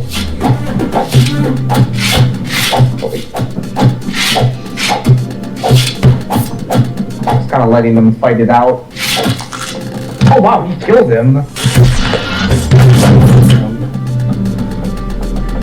Yeah, that was also the process of the golem being made, so there's that.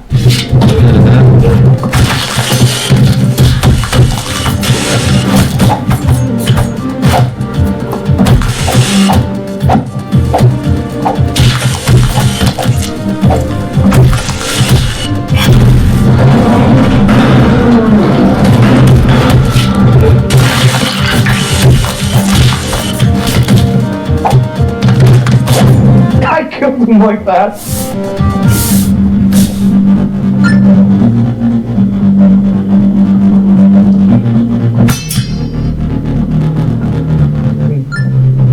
Can't wait. Why was there so much sarcasm in that voice?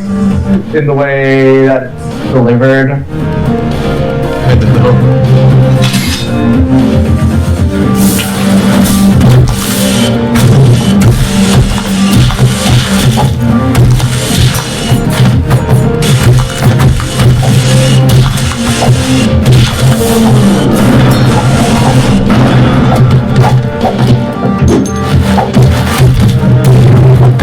That didn't even do anything.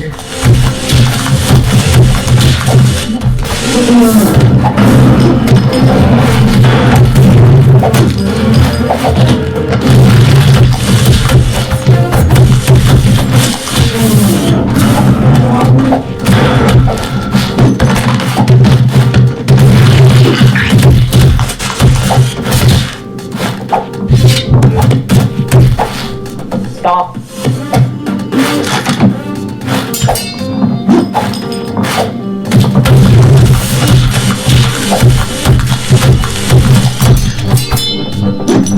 I just threw that right at my feet.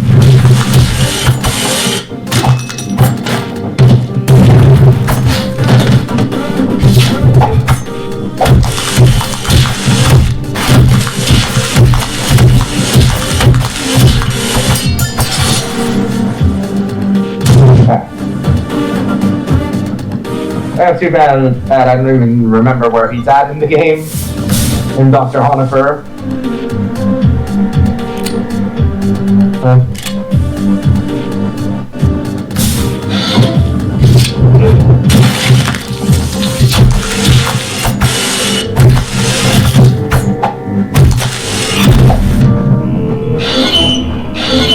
Okay. Do you see the boat? When you open I it, just noticed. when you open it, the doors. I just noticed that. So I can probably just take the gun real quick.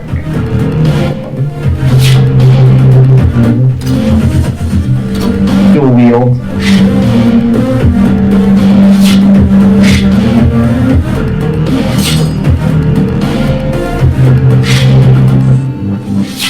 There we go.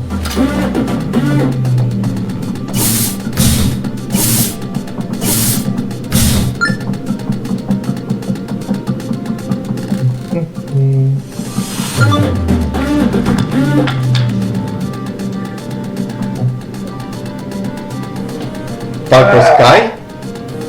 Hmm? Purple sky? Once again, visual stuff.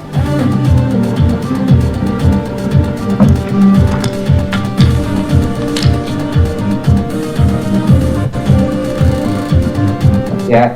I might as well mention selves are essentially the soul of a character within Madness. Hence all the clones and zombie stuff that is mentioned. And here and there.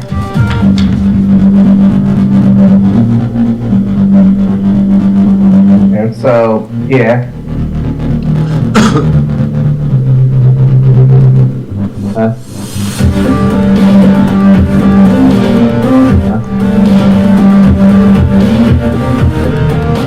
Oh, it's gone instantly. In fact, I don't.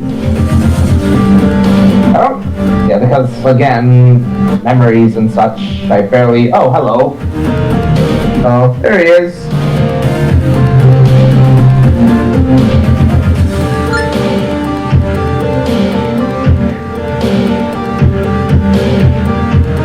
Did ya?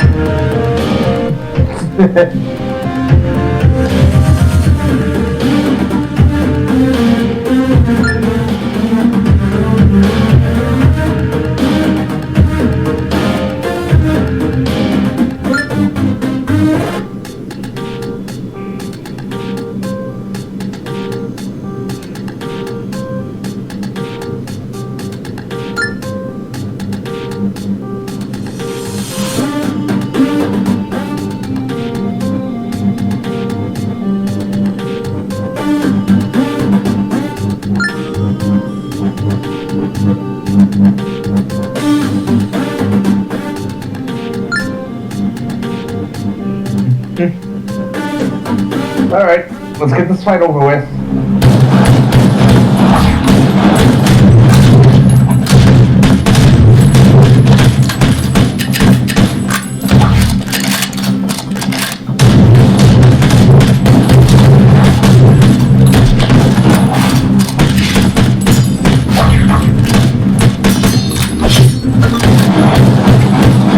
Okay, pretty sure I can.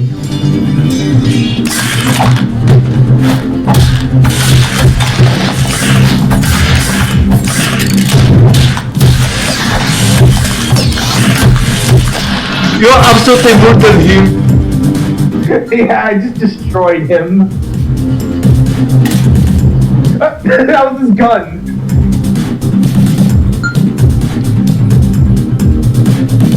Also, look, his sword broke, by the way. Yeah, his sword breaks at the end of the fight. You can't use it here, unfortunately. However, you can use it in arena mode, both before it breaks and after it breaks. Also, your weapon is clipping. I know.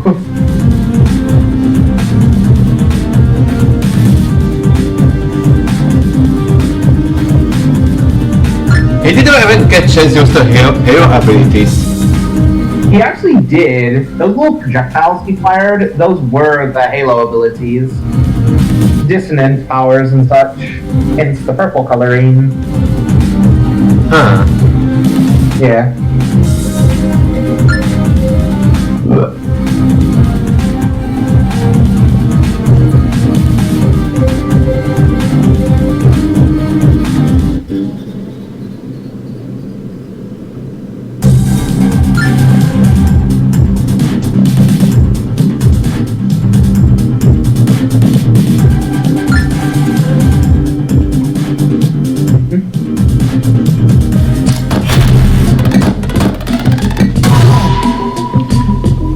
That was hard.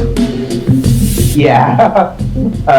Many of the small character boss fights are actually really, really easy. They just get melted by the story characters.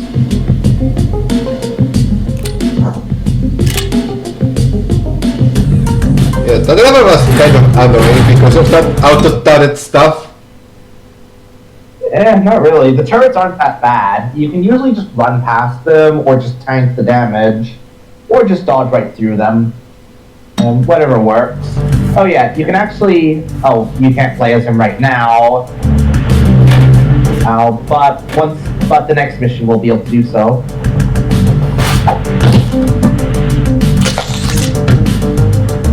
Okay. Oh. I was not expecting him to do that.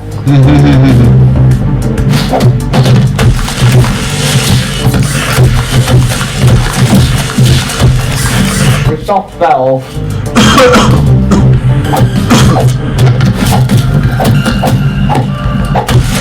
He sucked. He'll come up here, but he doesn't need to be here anyways. Oh, he just got owned.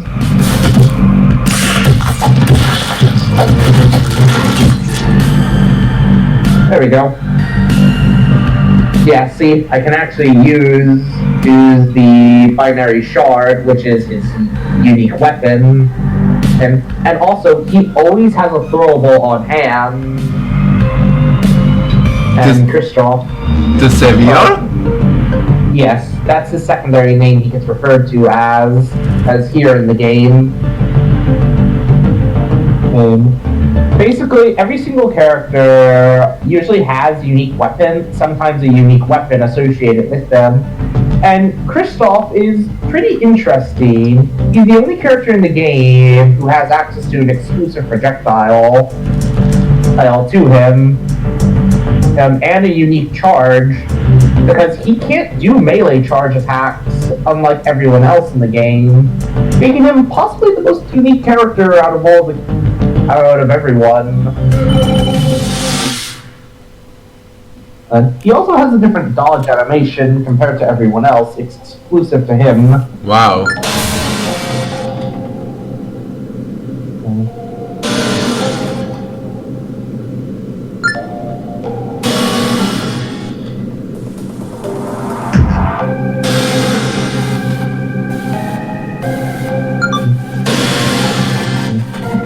So let me go ahead and cycle everyone.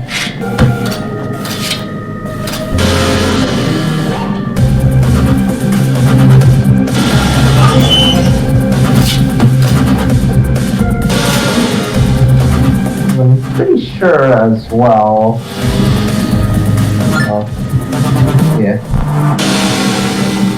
Oh yeah, this is another mechanic as well. You can grab things at range by holding Q and clicking either left or right mouse. Cool. Unique and exclusive to him.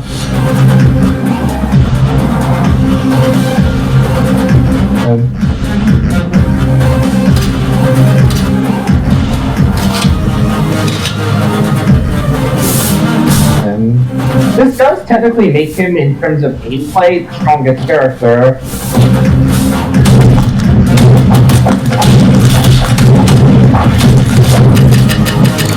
obviously, of course, his only downside is the fact that he doesn't get nearly as much armor and weapons compared to other characters. Also, focus switch. And there's also the fact as well that he always has a throwable on hand, and that he cannot drop regardless of reason.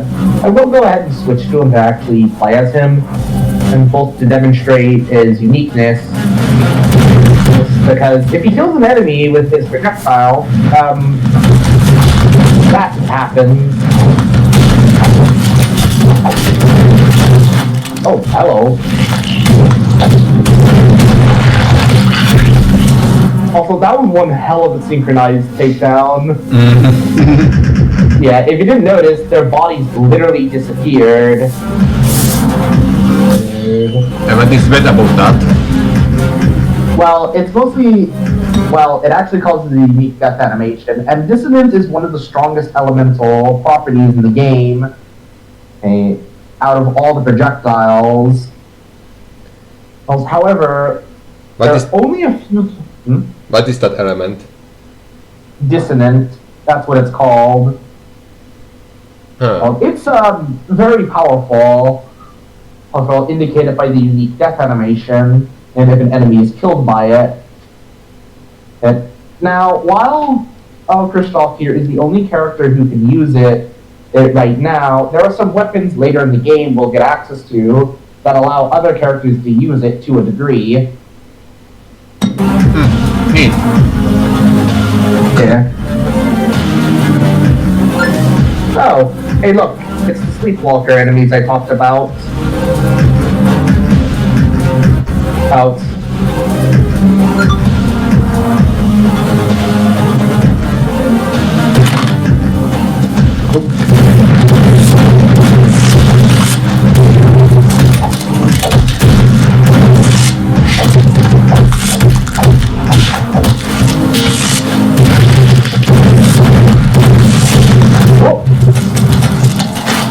Yeah.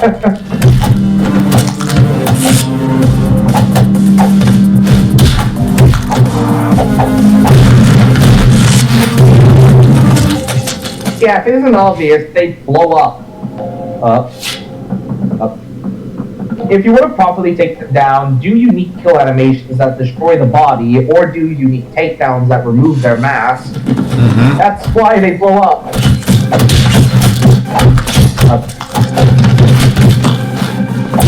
Wait, he is a doctor? Hmm? He is a doctor? Yeah. After all, he was someone who worked with a lot of the stuff involving that we saw in the flashbacks. But as you saw, Sleepwalkers share the same mechanic, revival mechanic, albeit when they revive enough times on their final revive, they'll literally explode the next time they do to revive. So they are equippers. Yeah, almost. Creepers don't detonate, and they don't, when they revive, don't have the ability to revive, and they don't detonate on death. So, yeah. Just be mindful when you hear that buzz, because that's the cue that they're going to detonate.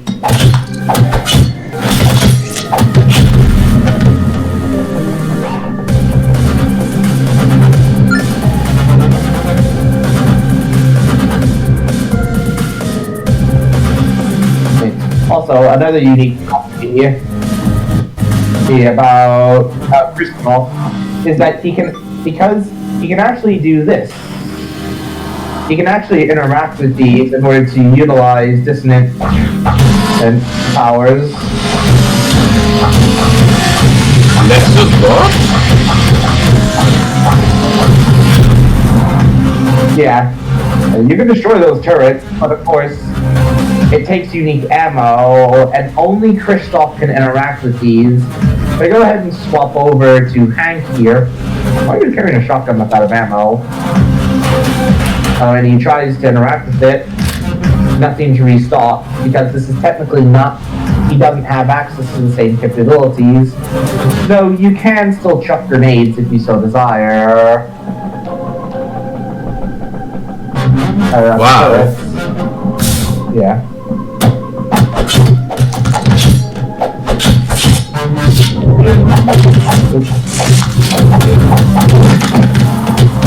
Alright, he's dead. Oh, we killed him before he even had a chance to recover. Okay. Okay.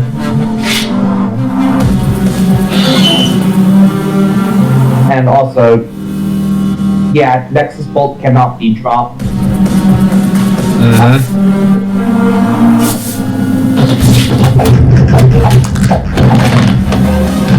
That's the charge attack. His unique charge. Kinda hit it. And yes, that does deal dissonant damage. I like that character. Yeah. He's strong, but like before, he's only playable in a few levels. But I'm sure playable into free mode. But I'm sure playable into free mode and in sandbox. Yes, you can play as any character within the sandbox. And might I add, after you complete certain levels, you might have noticed how I actually stay as the character I completed the level as. If you complete certain levels, if you finish or quit levels, you'll be able to play as you'll be able to play as that group of characters. Yeah.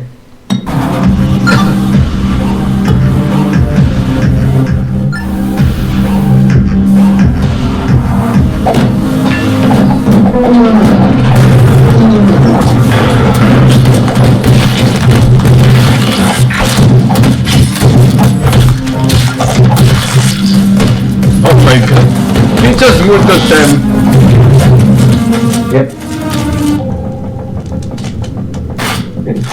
Yeah, he just absolutely melts the enemies. I feel like the only reliable AI teammates are Kristoff and Hank. I like how I say that and then he just simply doesn't come with.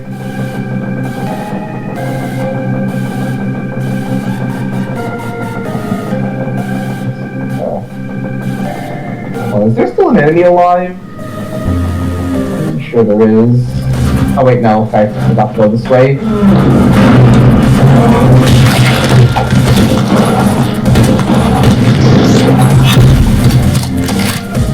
Forgot to switch. Yeah, I'm pretty sure I have to switch.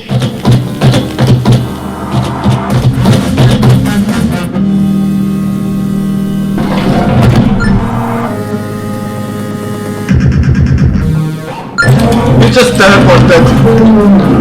Yeah, he just casually teleports. You can typically just wait on it, but I'm just gonna try and fight them all at once.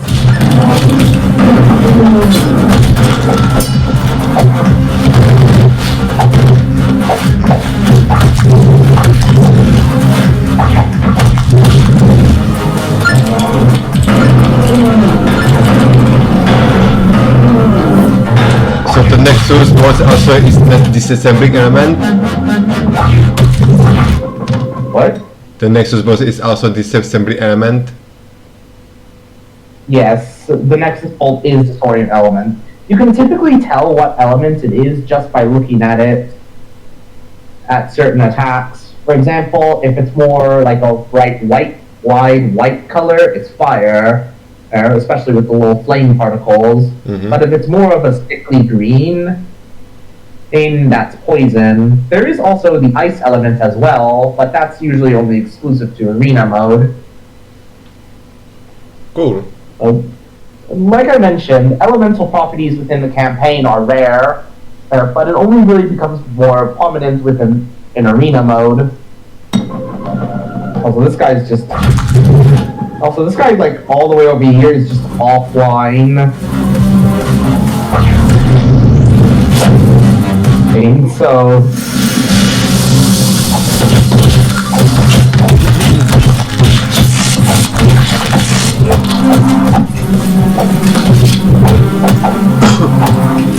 Stop.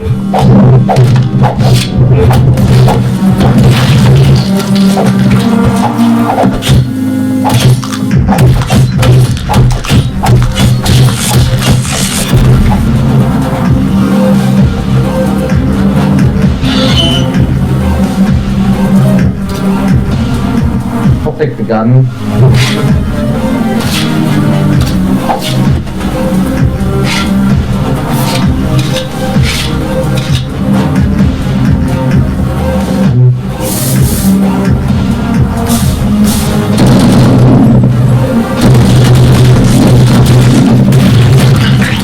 That was easy. Okay. Oh yeah, this is the guy who keeps recovering regardless of how many times you knock him down.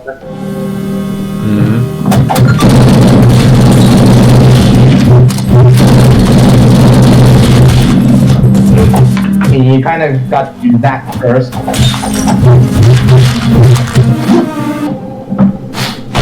If you want to take them, good.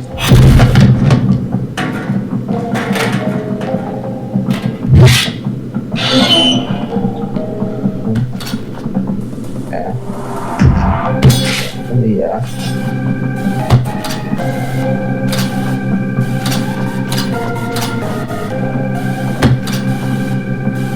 Also, I typically never really have to switch weapons that often. But I am going to use this.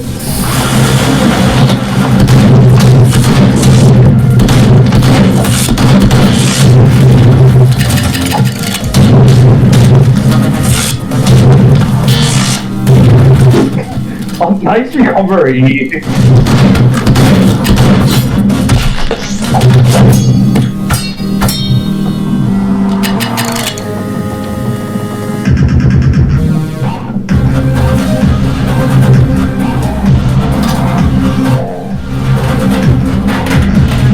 Chair's glitchy. And once again, next bolt cannot be dropped.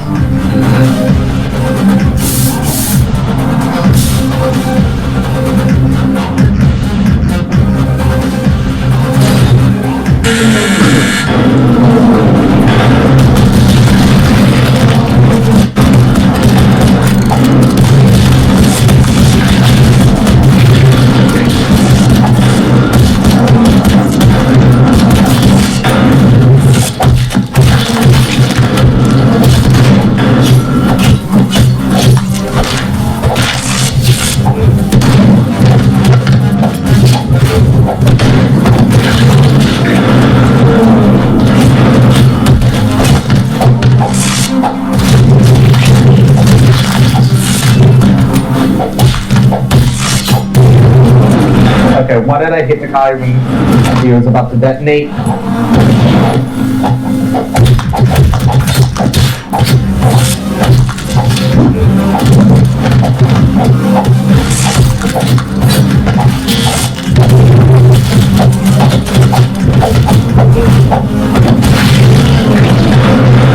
Oh my god! Yeah, I was not expecting that to work either.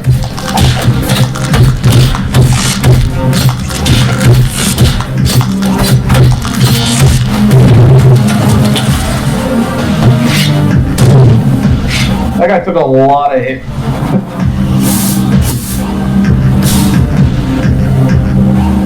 Right. I think he just ragdolled.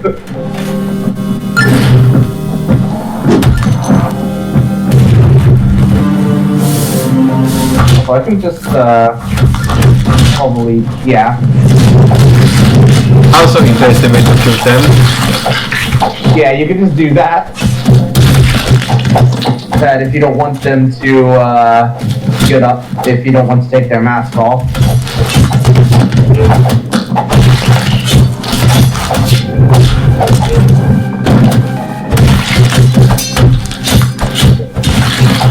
I had to get cancelled.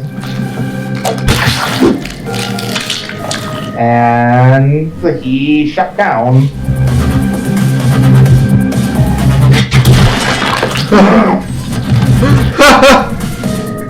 Dude, the fact that the sword spins, not vertically, but horizontally. What on earth is, like, sometimes I witness some of the craziest physics and glitches in this game. I mean, out of every game I've played.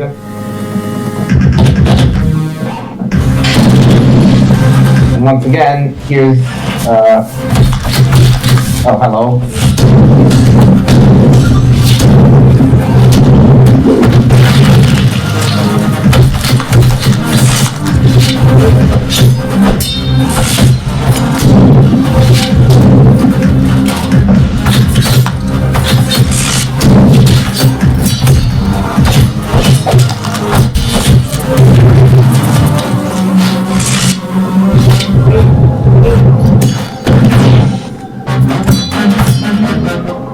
Are you gonna shoot him, Hank? Unless you're out of ammo.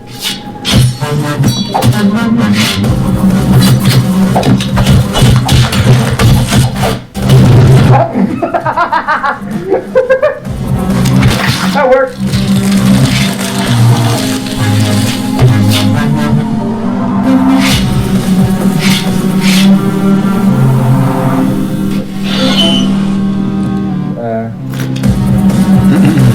Take the gun. I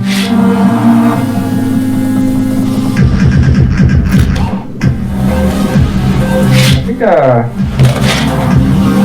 has to be two-handed.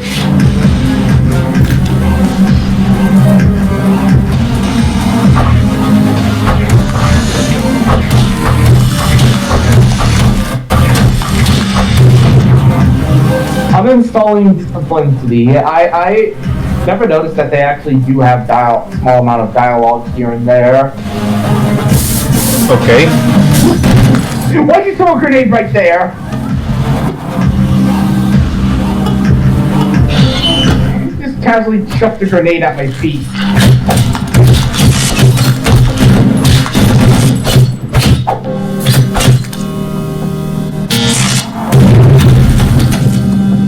I was waiting for that.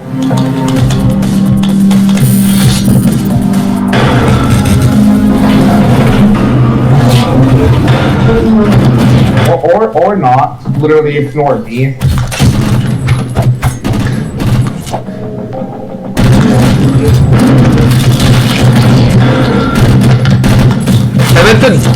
Eventually game in AI acknowledges that everyone is after the Hank.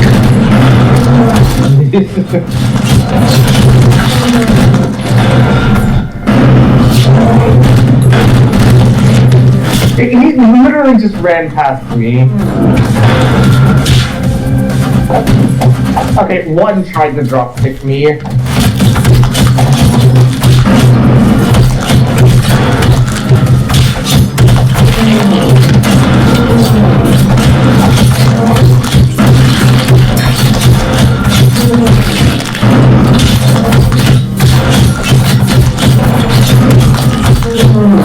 Oh wait, this is an infinite combat lock? What the fuck?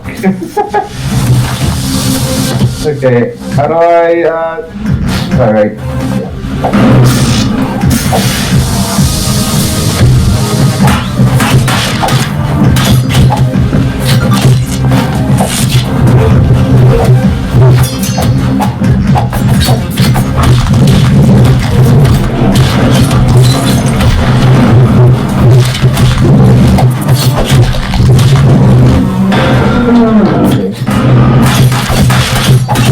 I wondered, why is the combat encounter ending? And then I see the combat lock indicator. And...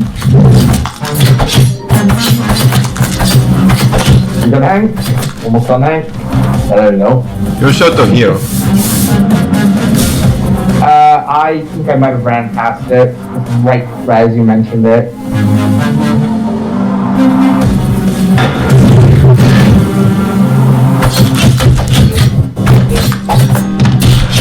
There was literally a med kit. Yeah. I don't think I can backtrack.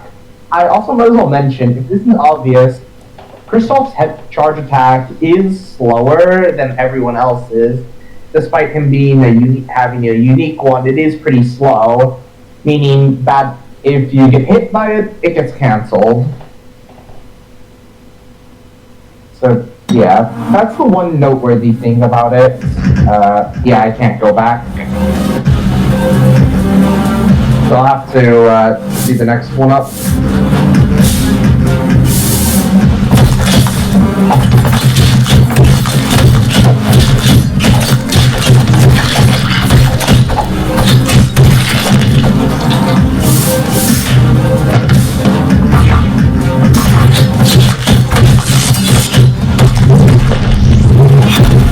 That I works. took 2 with 1. I didn't even know there was splash damage with it.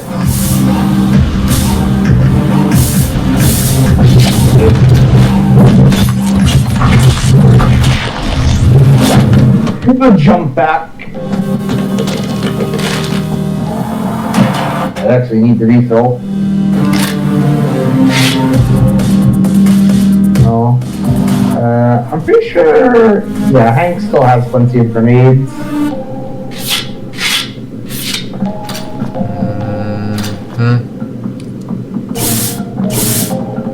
Oh yeah, Oh, yeah. Okay.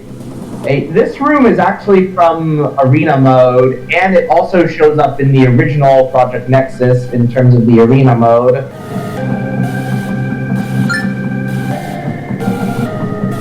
Okay.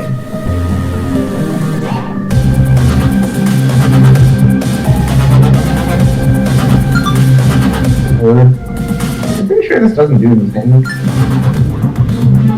Oh yeah, an Easter egg. It plays the original. Well, in fact, I'm pretty sure this combat encounter is completely optional. Well, under normal conditions.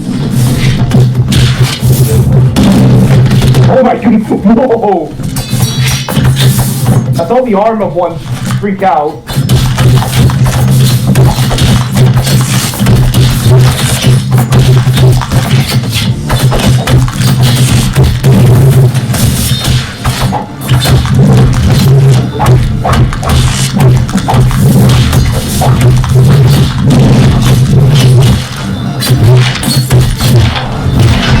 Oh, You're about to die.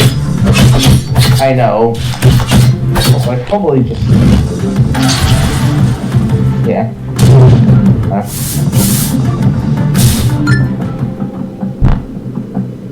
Yeah, keycard required. Because we actually didn't see much of the original arena mode location. And also, you can hit it to even hear the unique sounds that weapons make. The boxing glove, the boxing, yeah. Oh. Once again, some lore. This is actually, of course, from the player character from the original Project Nexus arena mode.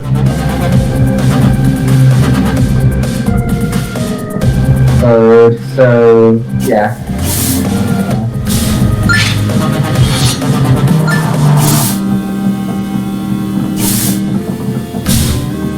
This, of course, does mean that Christoph was here.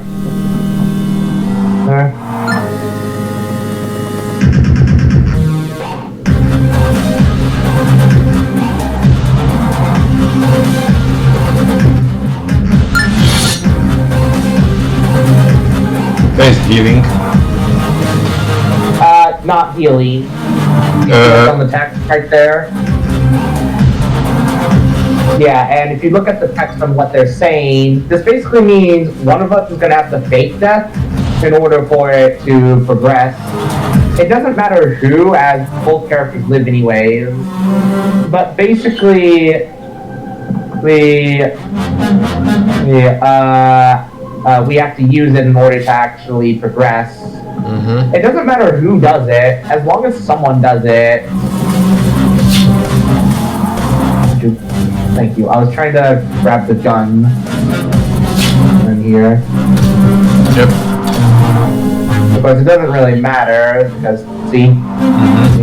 Yeah. And then just, by the way, that insta-kills the character, and you will have to revive them afterwards.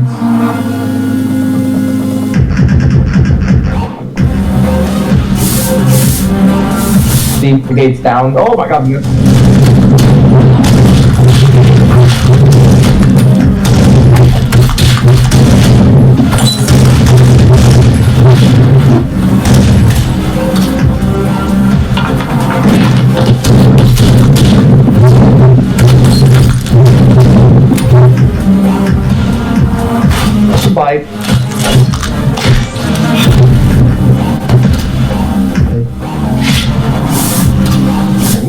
swap over for the insta-kill that will occur. And the checkpoint. In fact, I'm pretty sure this fully heals everyone. Oh, thank God there's health. Yeah, if it isn't obvious, this game greatly rewards you for playing skillfully and being good at the game. Yeah.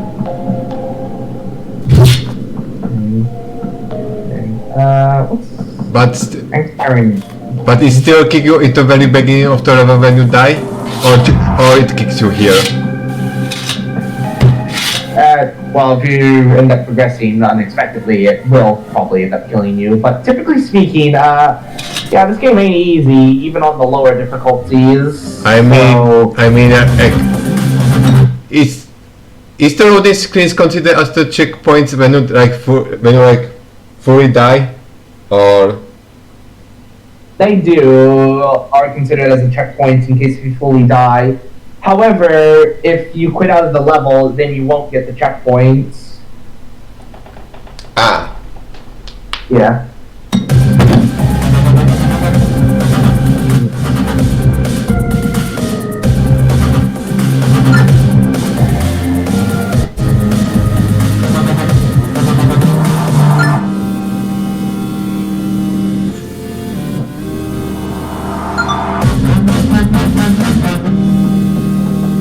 Oh, there he is. There's the clown.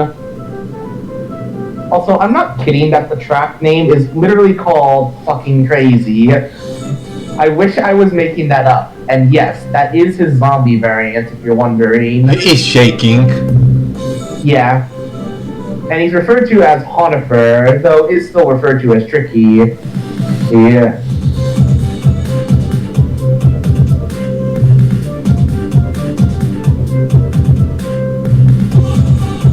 And no, there's no other variations of him. It's just this variation of him. Oh. In fact, if you remember, he actually showed up in the tutorial. He has a chance of showing up in the escape as well as an Easter egg. So wait, can you pause? Yes, I'll pause. So when there is the zombie variation of the Tricky, so it means that the game plays after the series. It's complicated. Because the story for Project Nexus is like way more complicated than in the original, than in the animation series. Oh. Especially with the ending. I won't say anything about the ending similar to Ori and the Will of the Wisps. I will let you enjoy the story without me saying much about it. Anyways.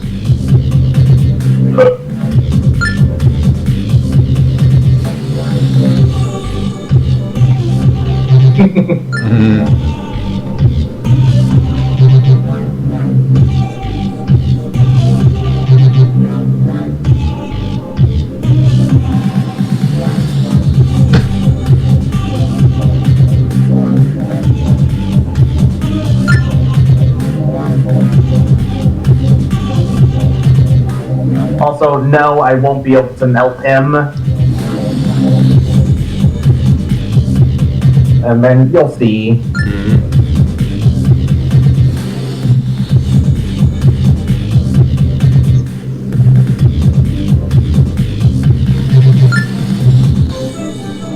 And don't mind my friend down there, the football pitcher.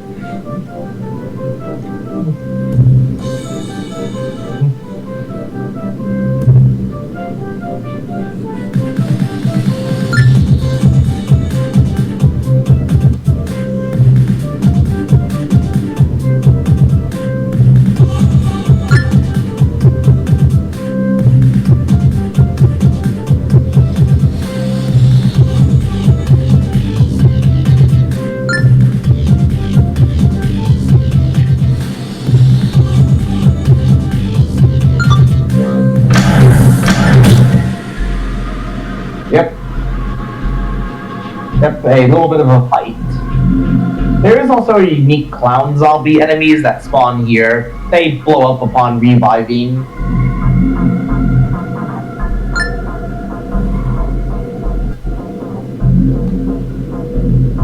I mean, just letting you know that.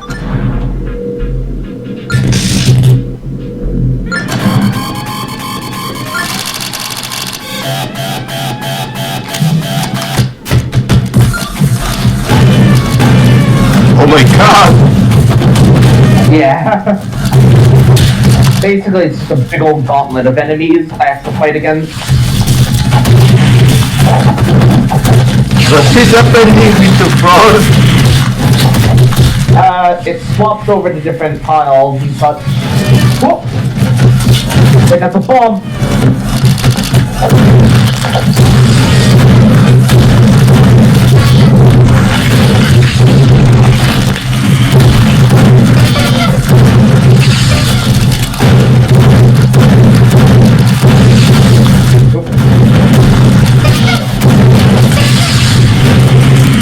Can you fall when the floor is flipping?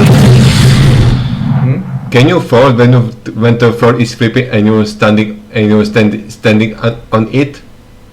No, you can't. It just tosses you off. Ah.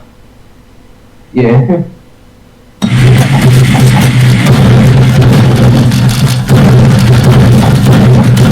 No, obviously, of course, if it falls, you're gonna fall and take damage. Like that guy there. Mm-hmm. You're a zombie clown.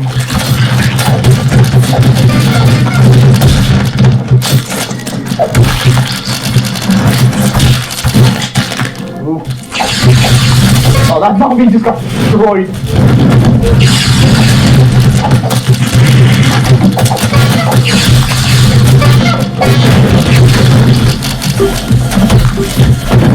By the way, I actually am kind of lagging a little. Oh yeah, those guys died in the background.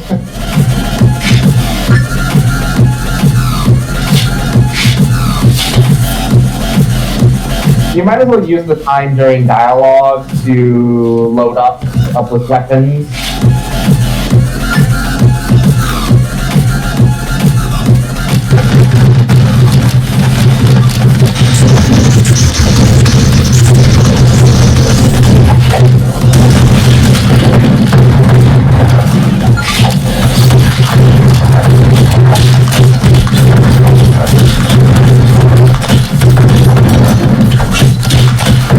Do not. Thank you.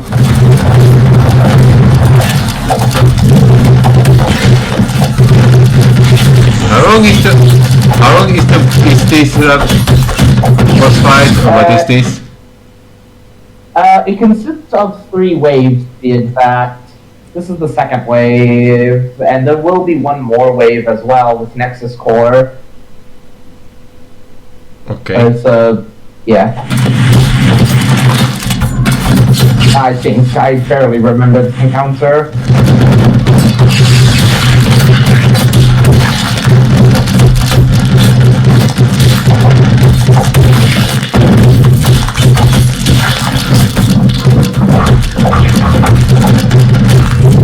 Whoop.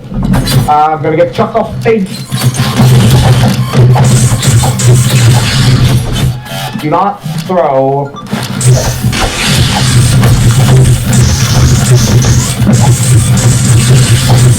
Oh my. Tank's dead. Please rise up, platform.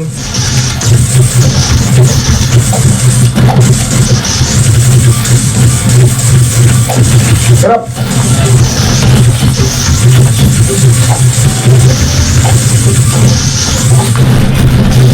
Thank you, wave clear.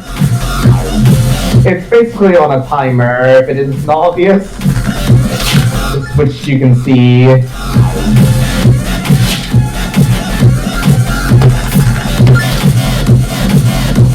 Okay, yeah, this is the final wave. Oh my god!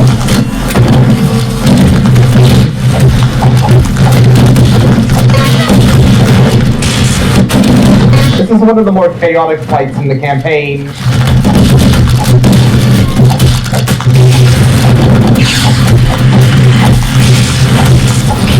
What? Where am I? Oh, I'm here. Ow! Where am I? There I am. I died.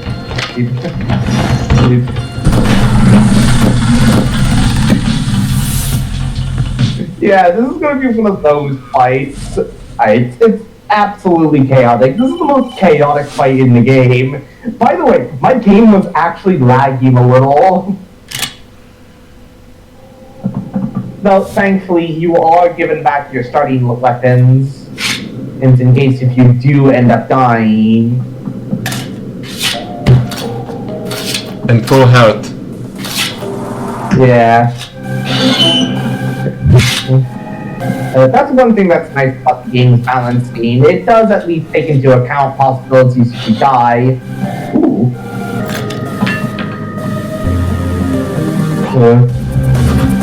Because I already progressed, because we already seen the dialogue, I'm going to skip through it.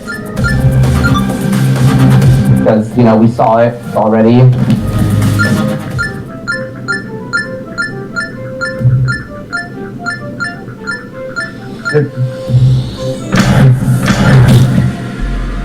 Alright. Hey, let's give this another go.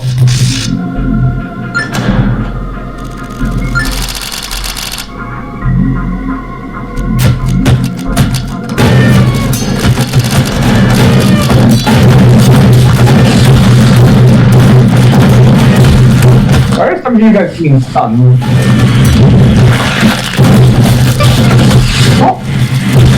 Oh yeah, those things. There's a flash.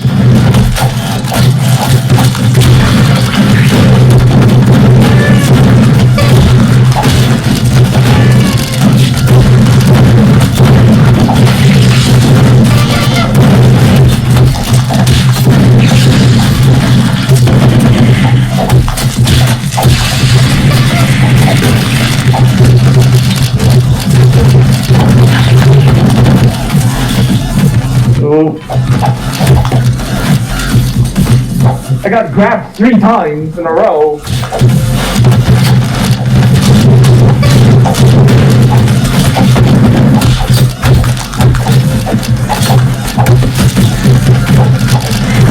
Stop the shotgun, Hank. Hank, that's out of ammo.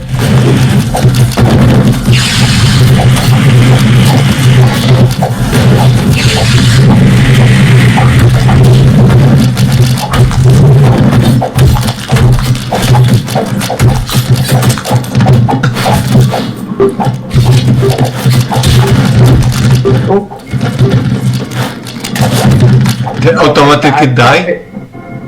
Yeah, as soon as the timer reaches 0, all enemies will die instantly. Wow. Okay.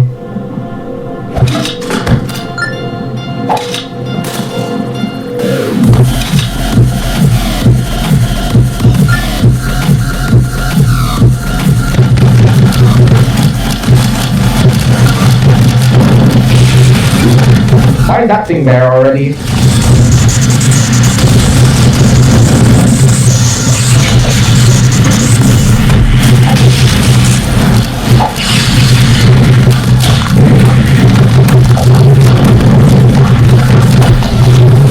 You got a last second hit on me.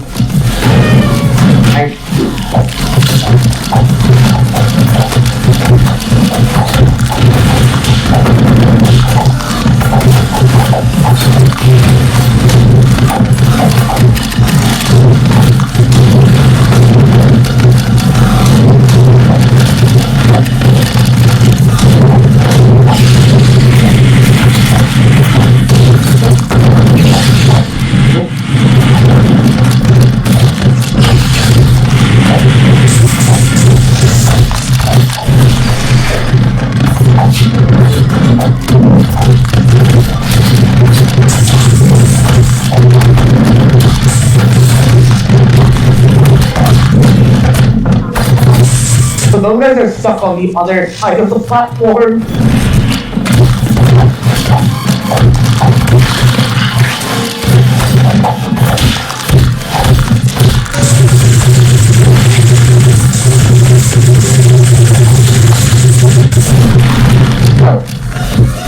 mind. They all just abruptly exploded.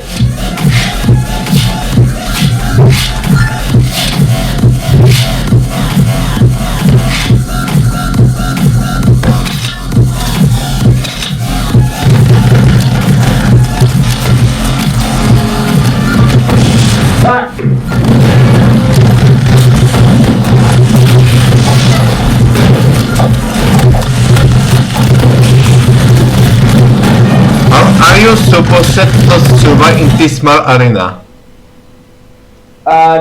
Get good. That's all I have to say. Oh my god. Yeah, even on tough mode and me being relatively good at the game, I still get my ass kicked pretty hard. Alright, because, might I add, even though I'm on tough mode, even though I can play the game on easy mode, keep in mind, you still gotta deal with a lot of the stuff like this half the time, and you're still expected to die. Okay. Which is why I typically say, get good and play on the higher difficulties. Both so you don't have to go through another run, another level, if you want to do madness. So, yeah. Mm-hmm. You are, I know 100%, you are going to die a lot on this game, and it's to be expected. Yeah. I recommend playing through all campaign levels first, before on tough mode, before you try madness difficulty, both so you have everything available, and so you have a decent amount of experience with the game. Ah!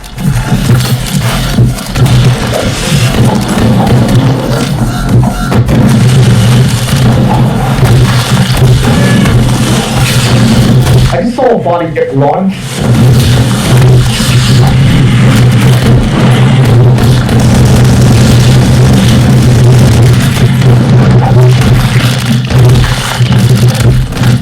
Thanks, Dad.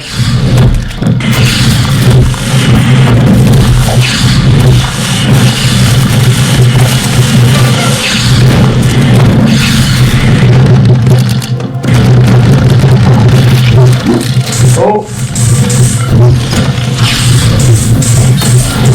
I walked into that like an idiot. There's two of them right next to me.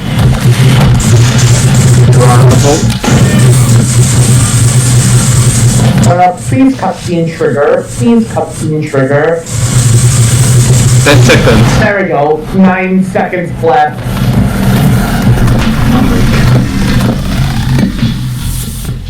Reminder, you're still going to have to deal with all this on easy, might I add. Maybe try like more dodging than like trying to fight the enemies. That actually is a good point. Because after all, Kristoff here does have the fastest movement speed in the game.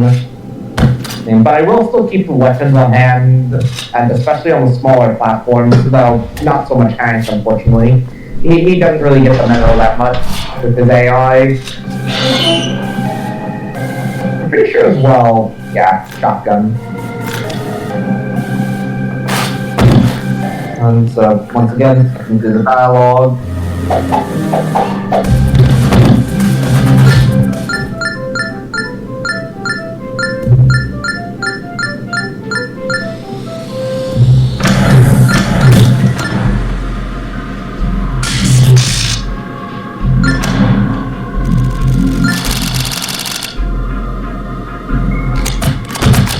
Yeah, so I'm going to just play defensively on this.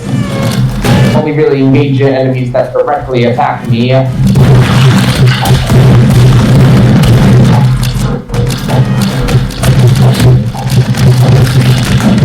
Hank is just getting beaten up right now.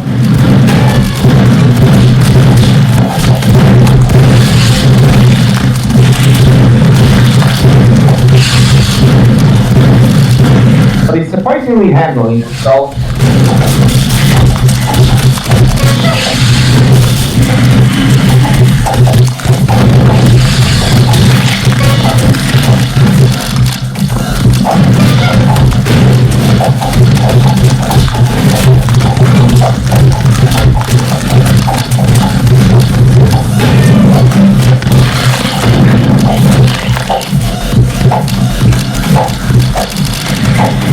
same tank is thinking the same thought process as me. Wait, no, his gun's out of ammo.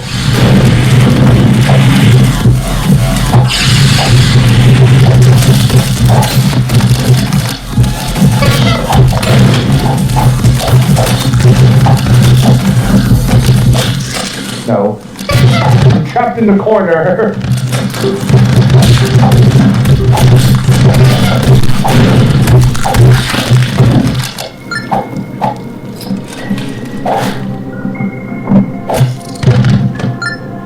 Also, you just casually picked a zombie. That zombie is not dead.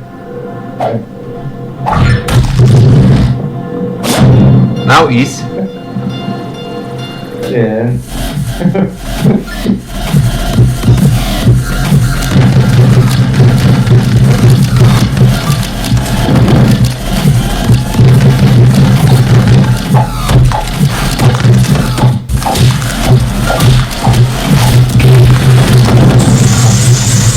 But of course, the only problem is these turrets decide to show up.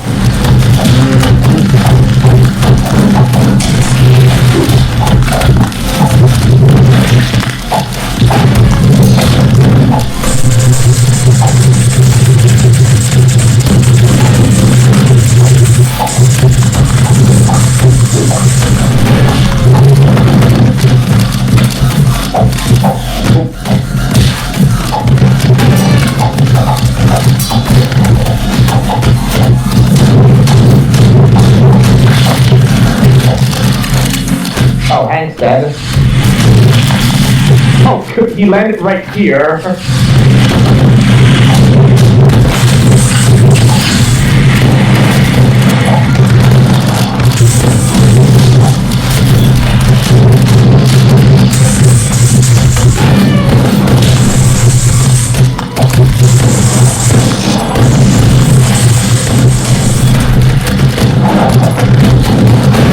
Oh no.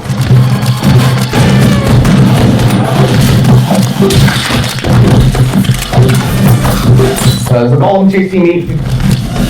Oh, he died.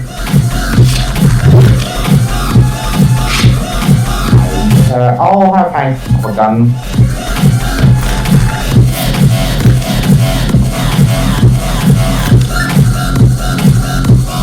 Yeah, and then this is when fighting's kind of gonna have to become a bit more essential.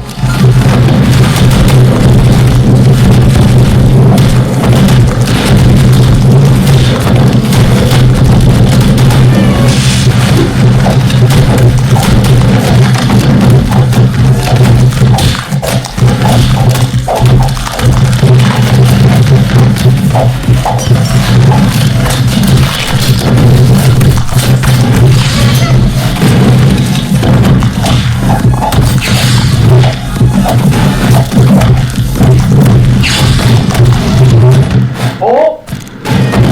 I'm back.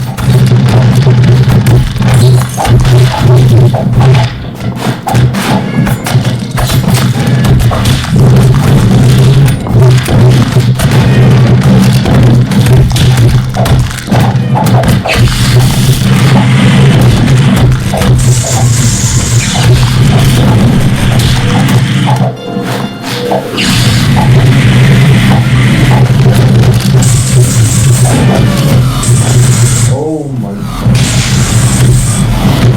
Get up, Hank. I need drones. 10 seconds. Hank's dead again. I got him up. Thank you. Oh my goodness. Yes, that's the hard part of the mission, by the way.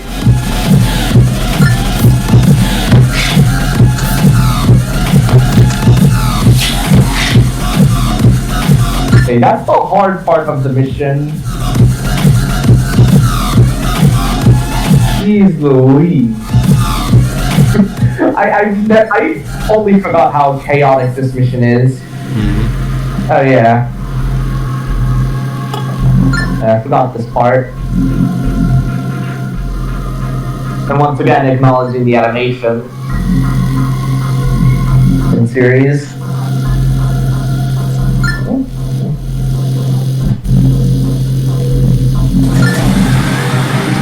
There's Nexus Core.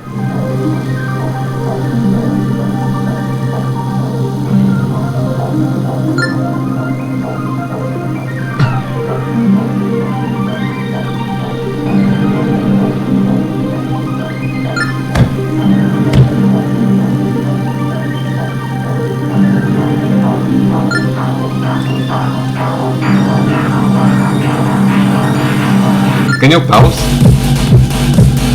Yeah? Is Tricky a Horf Narf? Yes. What? It's obvious by the constant mentionings of it. In fact, I'm pretty sure his model also has the name tag. His model also has a name tag as well that mentions this.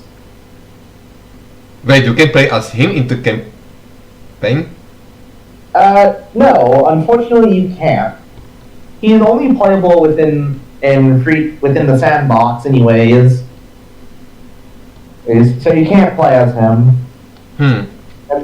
Though if he does actually end up dying in any way, shape, or form, he just sort of disappears. There's with the unique confetti effect. And I guess his health bar is green? No, it's actually normal. Ah. Well, yeah, despite him being a zombie, he does not share any of the same properties as many of the other zombie characters in the game. Which does give him some uniqueness. Anyways, continuing on. Yeah, this is the actual final wave. Thankfully, no more traps from here. And, oh yeah, he's fighting alongside us now.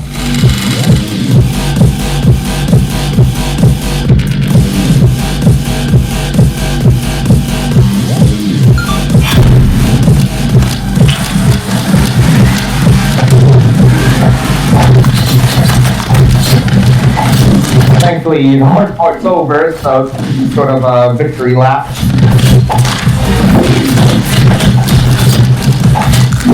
You can switch to him right now? Nope. If I tried to, it just swaps me over between the two. Yeah.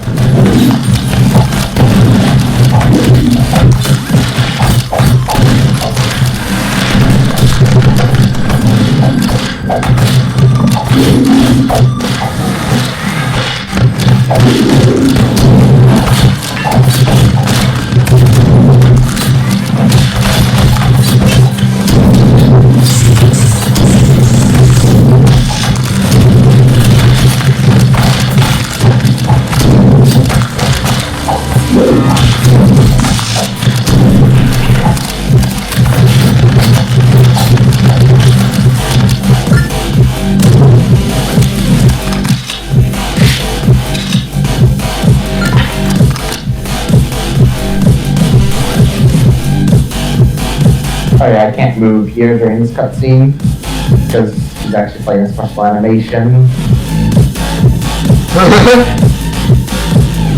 Yeah.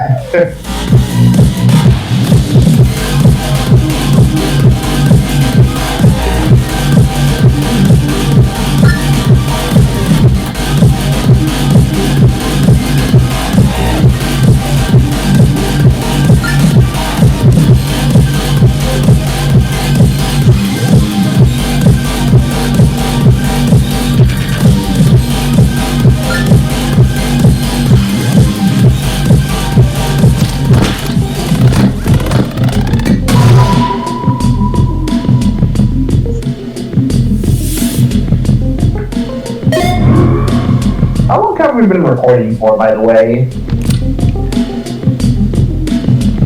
About 3 hours. Oh, wait. Oh yeah, he's actually following us down the hub world. Oh, hello. Cool. No, I do not want to replay the mission. Yeah, I still can't play as him. I'm pressing control and I'm only switching between Hank and Kristoff. Cool. So I'm just gonna do that. Okay, I'm gonna finish the do the next stage and do the next stage and then we can end off.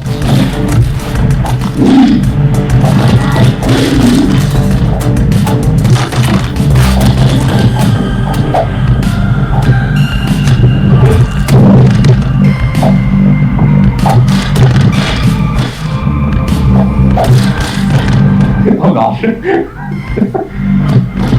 He just straight up ignored them as soon as he got hit, but now he changed tactics, bro. Yeah, he won't follow us into the next level, though. Yeah.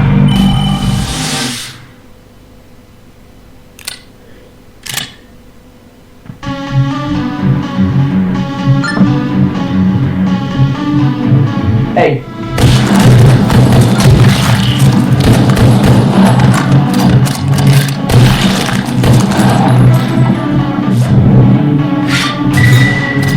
But he did not for boss? What? Okay, so at the end of Project Nexus Classic, you have a boss fight against Director Phobos. And of course, at the very end, you kill him.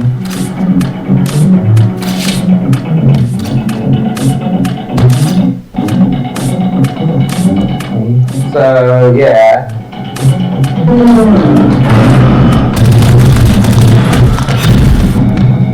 So yeah, we'll get access to more fire-based weapons later in the game, because these laser pistols are actually fire-based.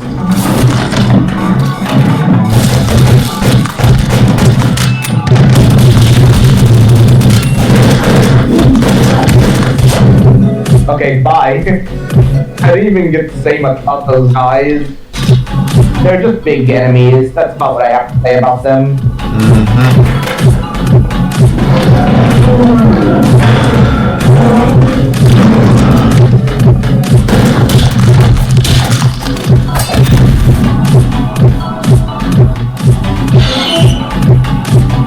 Flashbang, better than nothing.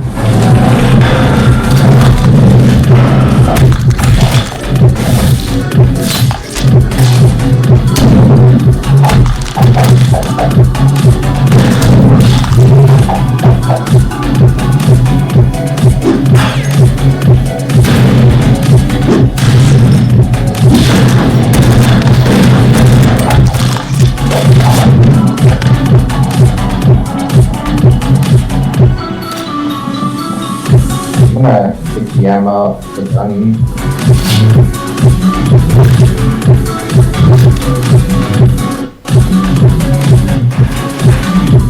Well, yeah. I'll progress to the stage as Hank, so yeah. Typically, I find that having Christoph be AI controlled is relatively better than controlling him directly. Because if you die as him, he's probably going to be somewhere random.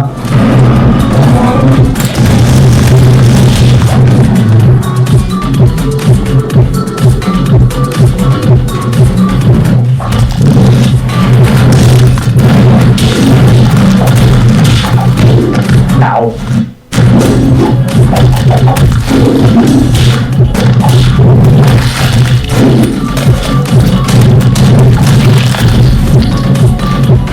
So here's a big, heavy, two-handed weapons in action. That's so Yeah, they're slow. slow. But does a lot of damage, I guess. Yeah, they're slow. If you can land those hits with them, they are very powerful. I have to like move the main gun. You can give the hammer to Christo if you want though. I cannot pick up the flashbangs. The hammer. Oh yeah. Of course, still two-handed. I think I'm gonna control him here.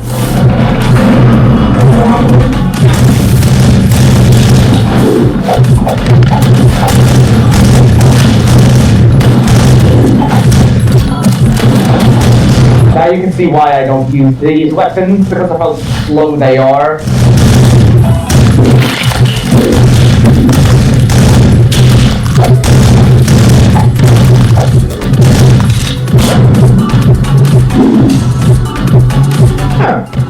I didn't know you can throw them without needing to do the long animation.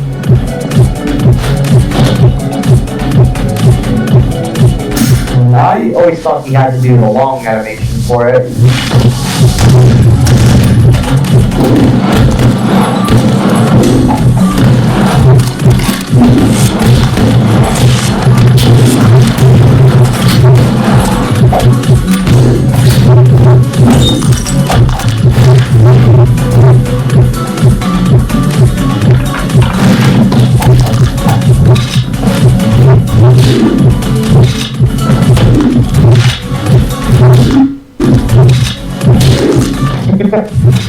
that works.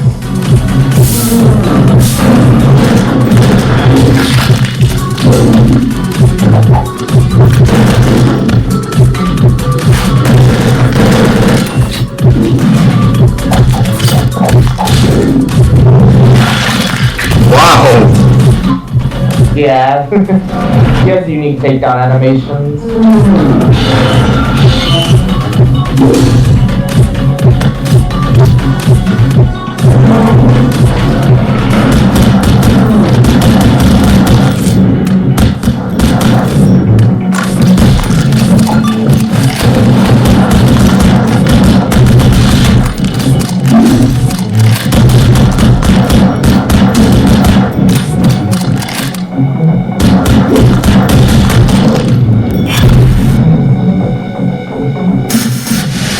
Okay, look, more sleepwalkers.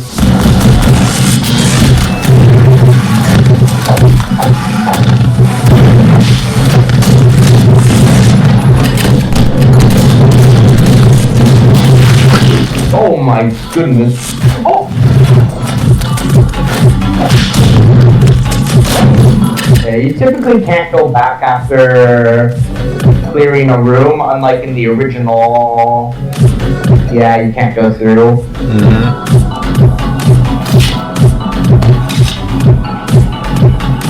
You good, Hank?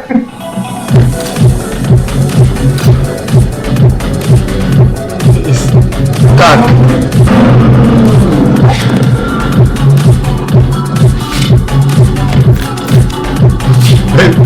Okay.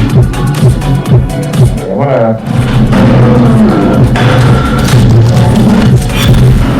And hey, look, flashback location. Yeah.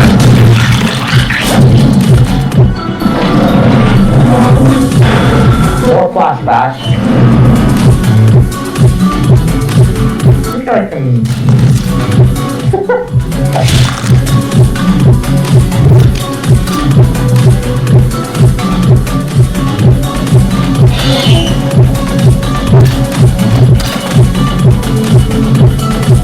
I thought that city is... Whoa. The gun's glitching out. What were you gonna say before the gun glitching out? I thought that the Nexus city is destroyed. Well, it doesn't get destroyed, but Nexus core is still still stands strong even without Director Phobos.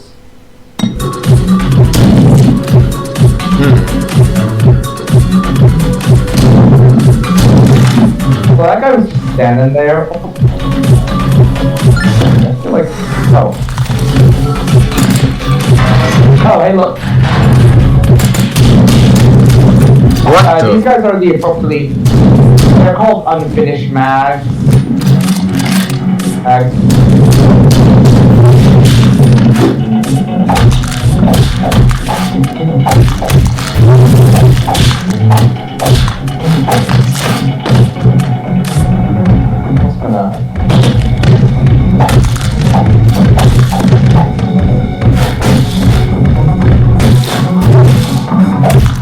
Yeah, these guys are unfinished mag agents.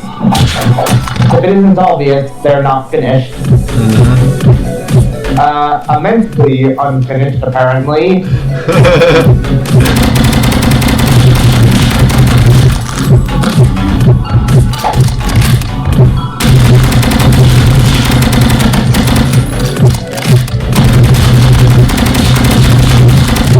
Yes, I can.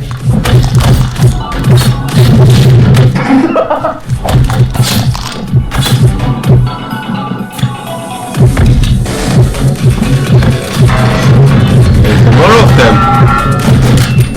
Yeah, they're not too common. They're more like a mini boss enemy.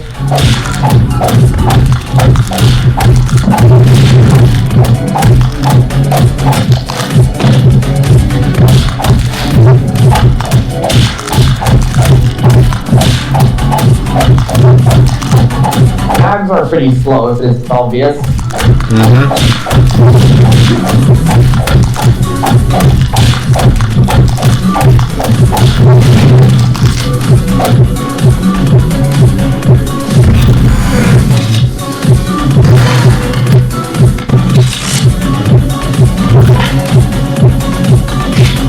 What is that glowing weapon?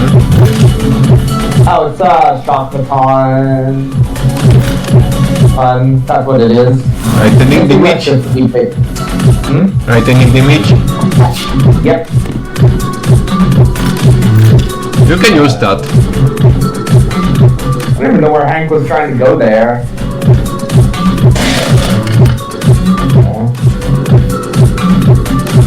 It's pretty useful on enemies that are obviously weak to it. It's, yeah. Oh. Riot Guard.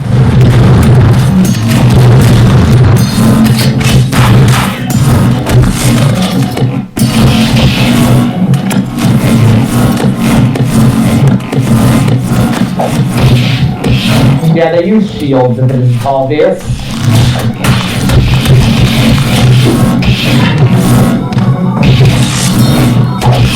It just glitched it. Ronaldo just glitched out.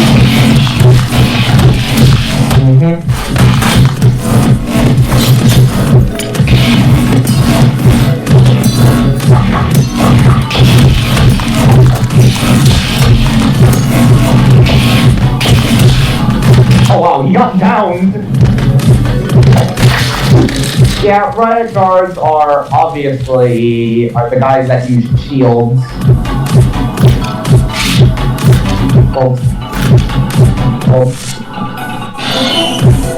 Yeah, I'll let Hank heal. There we go. More flash packs.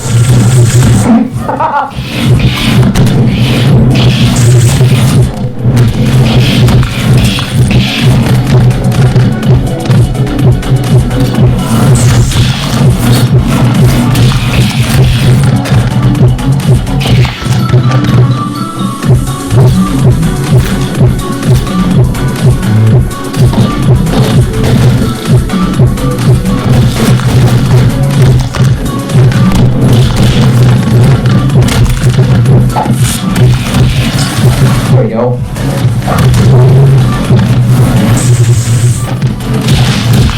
Hank, what are you doing?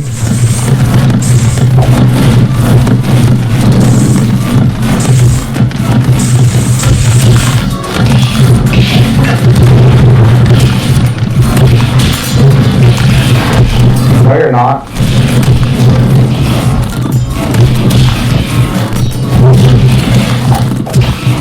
Stab.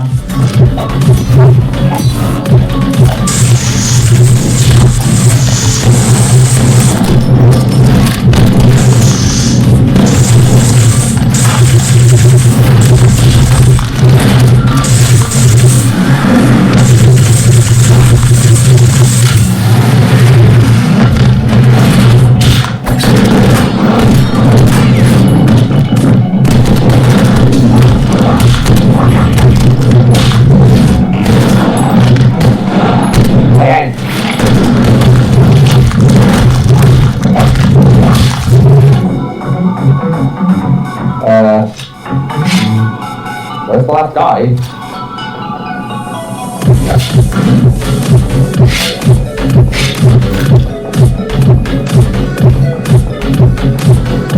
Oh, you're up here? Okay. He climbs off the ledge. Why did he do that?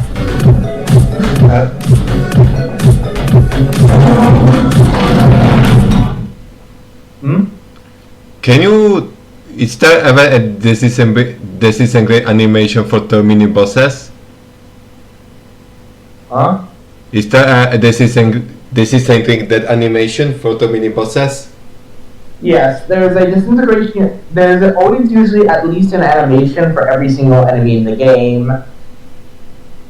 And meaning, yes, you can use the disintegration animate. Yes, you can get the disintegration animation on anything that isn't specially scripted with special animations. Cool.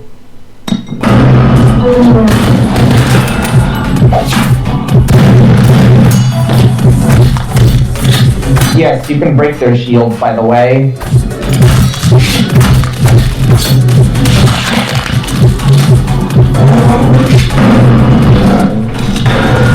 If you're wondering, yes, you can break the shields. Both of the guys.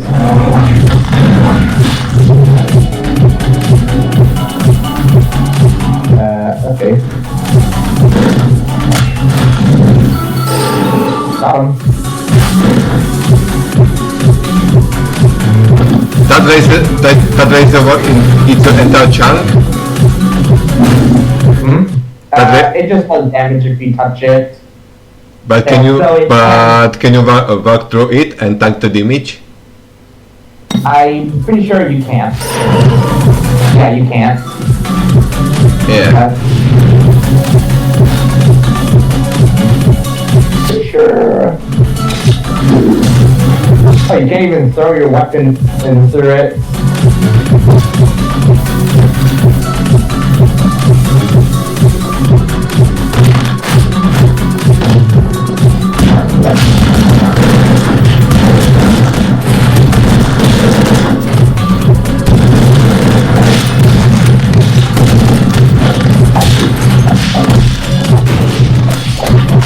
I got disarmed.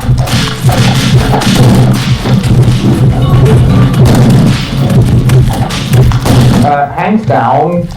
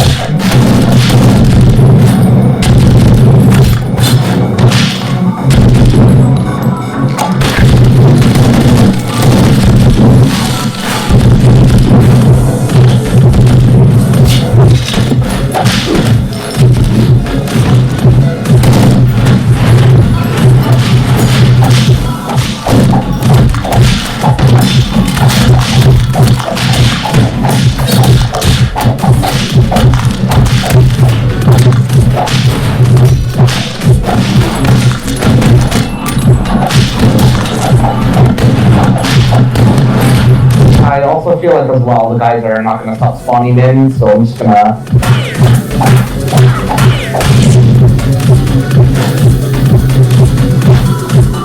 oh, okay, I can just do that. Don't worry, Hank will yeah, he'll just teleport to us. Instantly revive?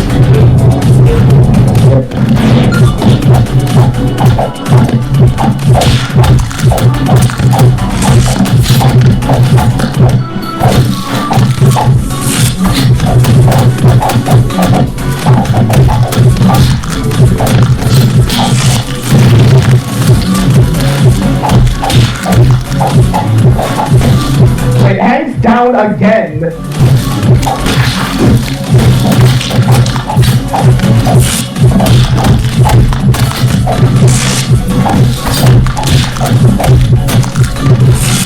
Sure,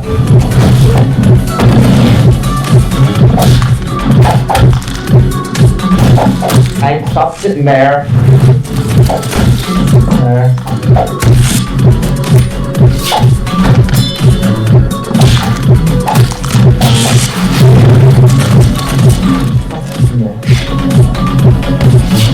He just sat there the entire time.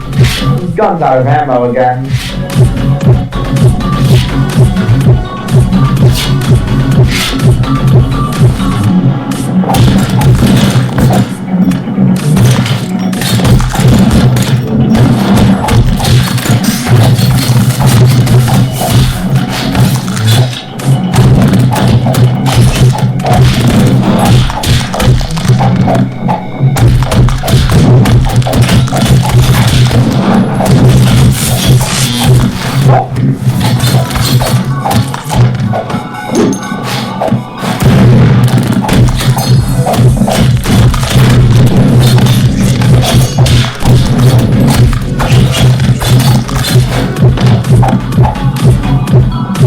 Because I have high hope feeling that Hank Hank will damage himself fly through the explosives. I have to. I recommend heal yourself instead of Hank. I recommend healing yourself instead of Hank. Yeah, I was gonna say that. Because half the time, he just dies.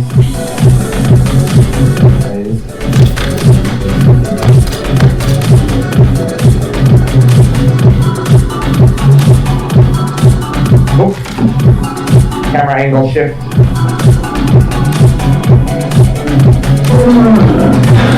Like, unless there's another healing point nearby and I'm already at full health, I'll heal him. Where are you going?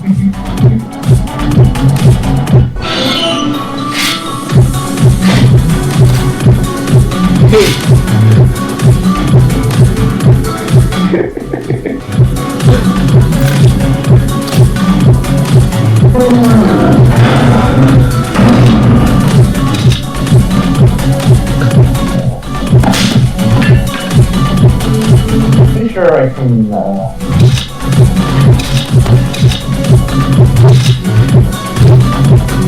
I want to fix up.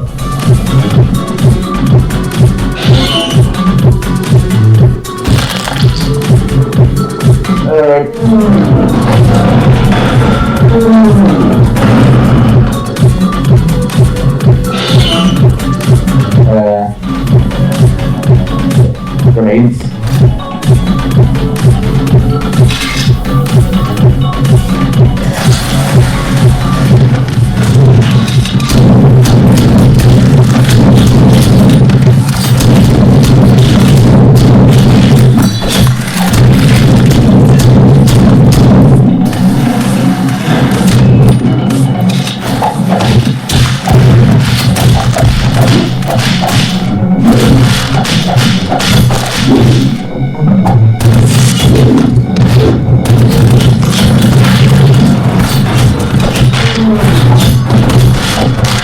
Oh, he knocked his mask flew off.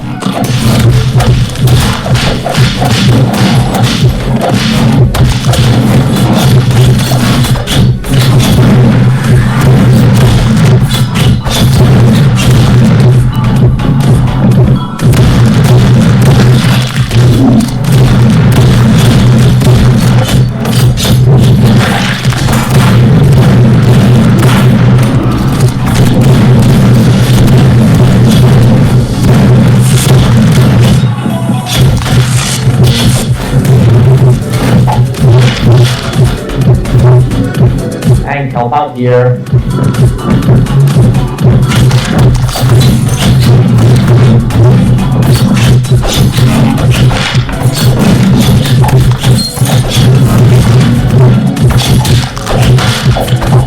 Oh, he died.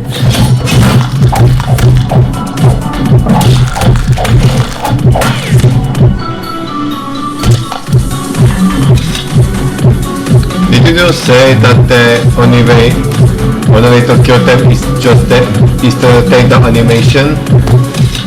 Well, remember, brutes, you can take their masks off if you get them into the rage stun, which is the animation where they swing around. If you get behind them and then press the takedown button, you can take their mask off, preventing them from reviving. Maybe hence why I was able to kill him without a special death animation. Ah. Yeah. In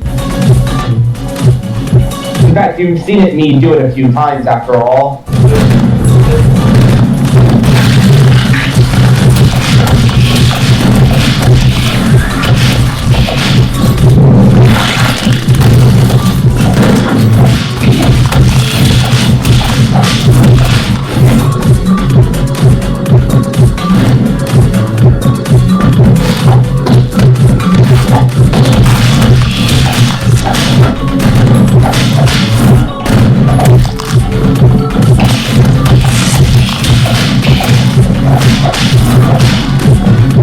Oh, I took him out with the electricity.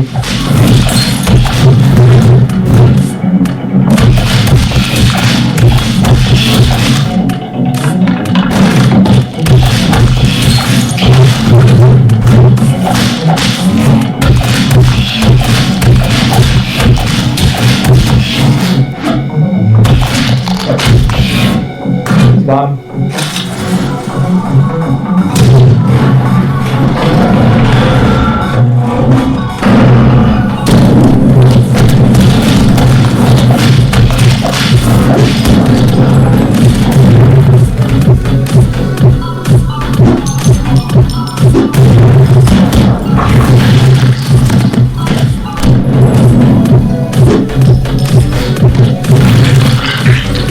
Me using the hair switching into my advantage. Okay, that one fell out of bounds. I'm pretty sure there's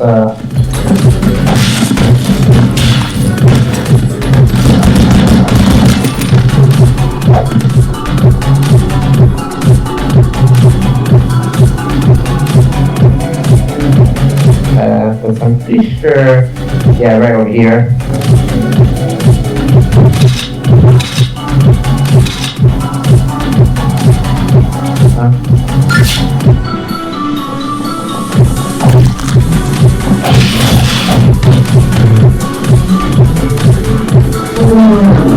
While I'm approaching the end of the mission, I'm pretty sure, but I'm not sure.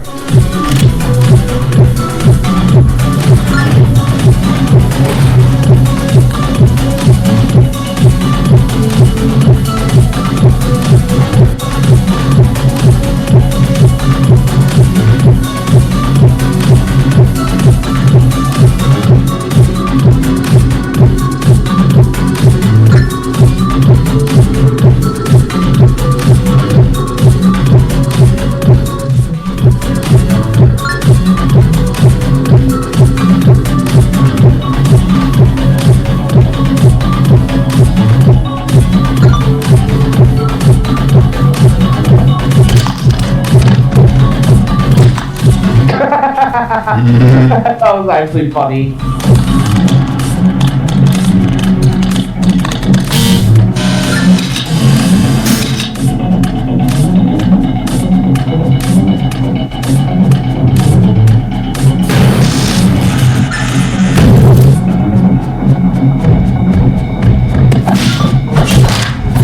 Yeah, we're gonna have to fight some unfinished mags here if this isn't obvious. Yeah. Whoa! You know, so many times playing, I've never had that happen before.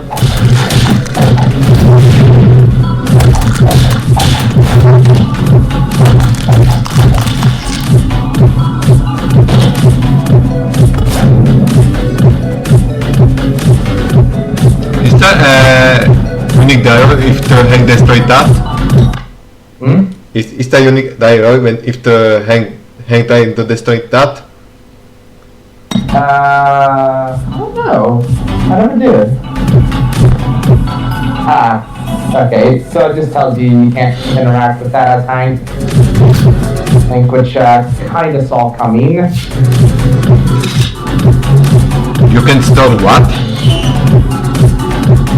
Here, I'll, actually, hold on, let me, yeah,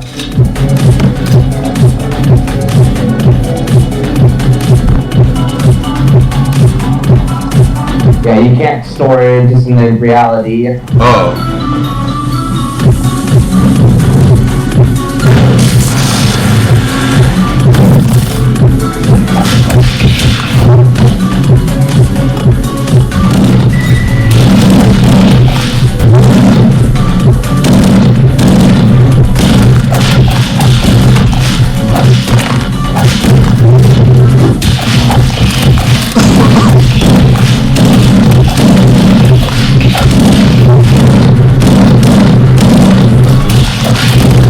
And there he goes.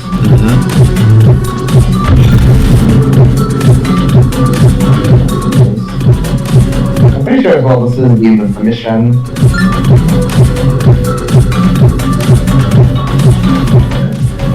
The ears are crushed so cool.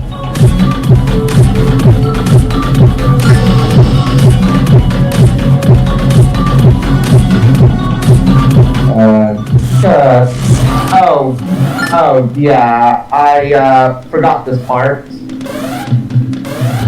I'll just let the dialogue explain itself.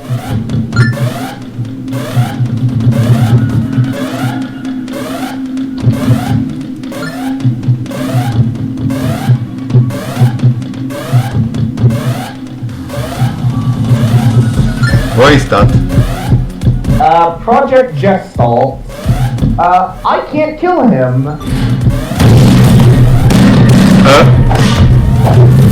Yeah. No matter how Silverhead Bar? Yeah, I can't damage him. I have to run. Meaning there's no way on earth I'm going to be able to take him out. Though there is a weird quirk with his invulnerability. In sandbox mode and within sandbox mode, by using damage over time effects, you can damage him, weirdly enough. I don't know if you can kill him. I'm pretty sure you can, but damage over time status effects do deal damage to him. Just a weird quirk about his invulnerability. Basically, all I can do against him right now is run. Basically, he's like Nemesis from the Resident Evil games. Or Ink Demon?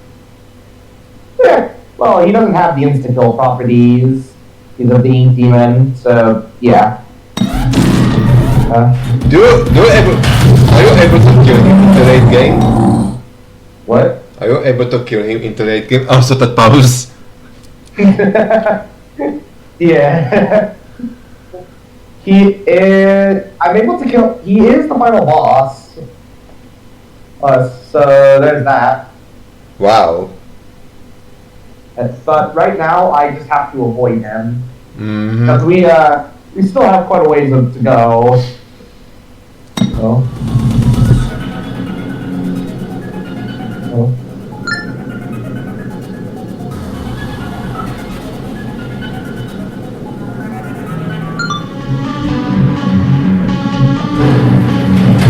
Oh, right. Golems are also here as well, properly now. Hey, remember the fact as well, ow. Yeah. Yeah, these guys are heavily armored, but I have to do a takedown on them to expose their armor. To remove that helmet piece, make them vulnerable. Awful.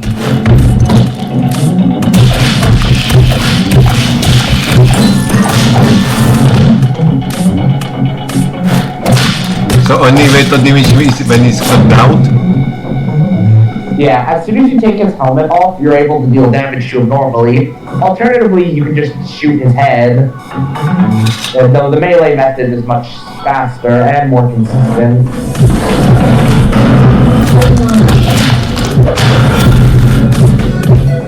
Also, Hank was carrying a gun with no ammo. Once again, I'm Kristoff's full health.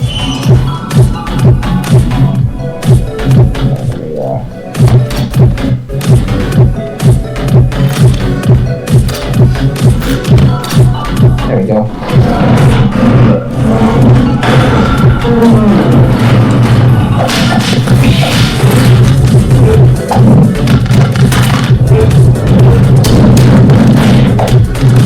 Alternatively, like Just Salt within Sandbox, you can also take them down with status effects with damage over time.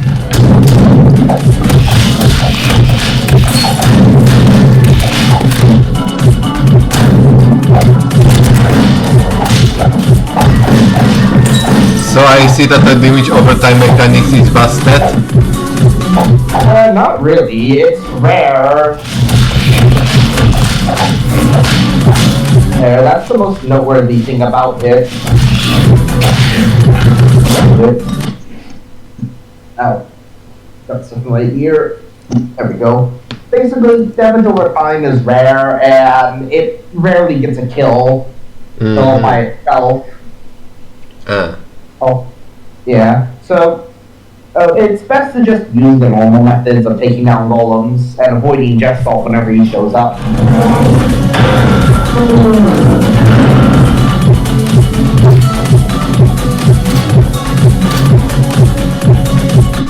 I'll just leave this on.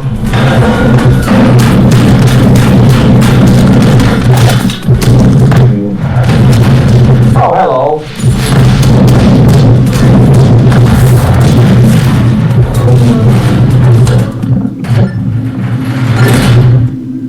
And I didn't even know there was dialogue. Oh, right there for a split second. Did you see it? Yeah.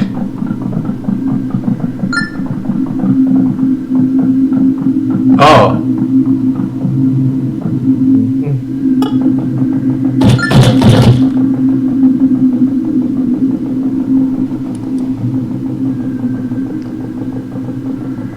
Yeah, I'm just gonna put Hank right there.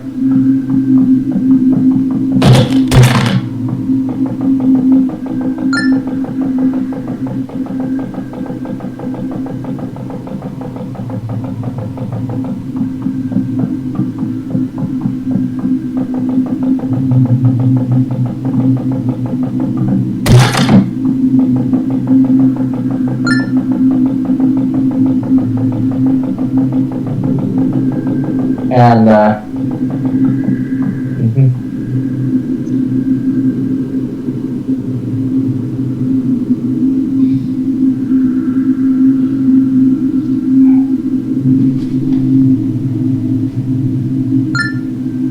What? yeah. If it isn't obvious, the project was completely flipped around.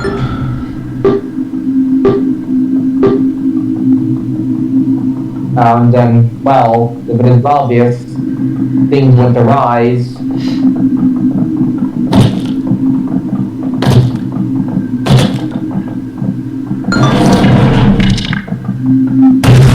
Oh, hello. Too late.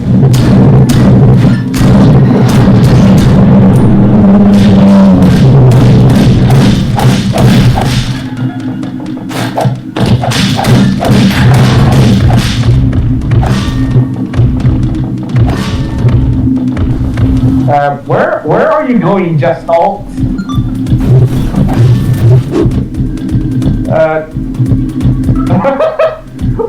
Why am I always encountering some of the weirdest glitches in this game?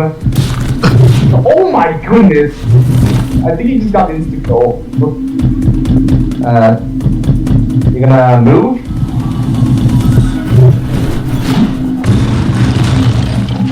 If it isn't obvious, this is a bit of a gimmick fight.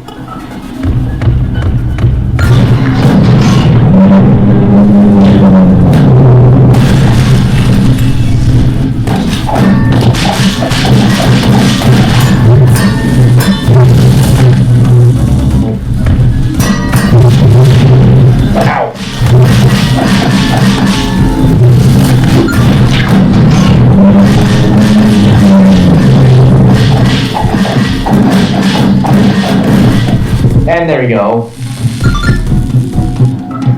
That guy's a tank.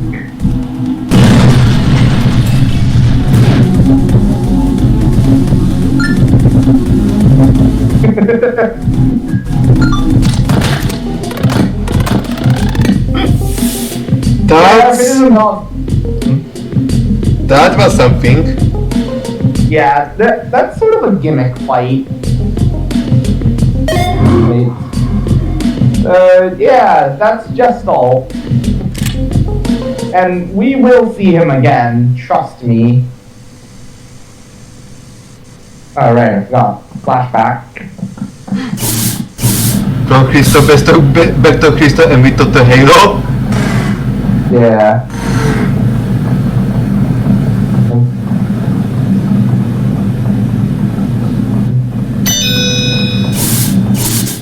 Oh, hey there. By the way, we'll see this Blackguard guy again. And later down the line as a boss fight. Wow.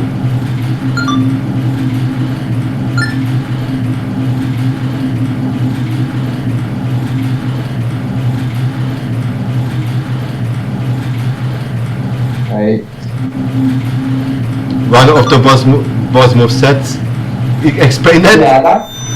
Yeah, he just casually dropped some info about him.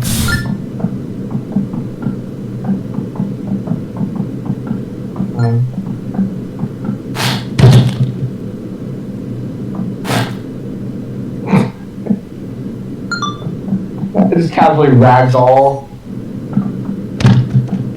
Oh.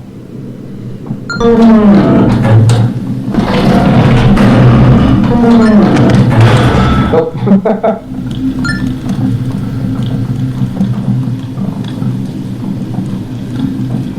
And here's the tricky again. Yeah, before his change, of course.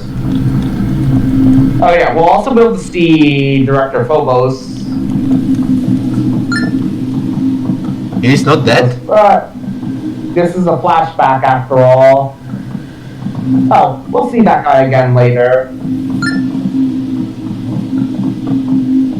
Yep, here's Director Phobos. I'll move my mouse out of the way so you can see him physically. Oh. Yeah. Remember, this is before our Project Nexus Classic. Like, so, technically speaking, this is the first time Kristoff actually sees him. And in fact, look at his sword. Or it's the binary sword.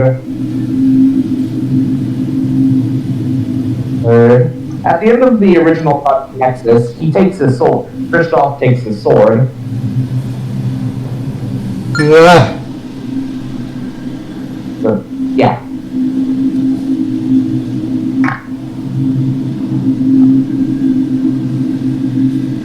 Yeah, once this flashback ends, and the cutscene, of course, we can go ahead and save real quick. And I guess you're gonna also do a replay of the original of the classic one? I never actually finished the original. Plus, as well, there's no easy way of actually playing it normally without using the New Game Grounds launcher. And the original is really, really fucking difficult, even on easy. Oh my god. Yeah.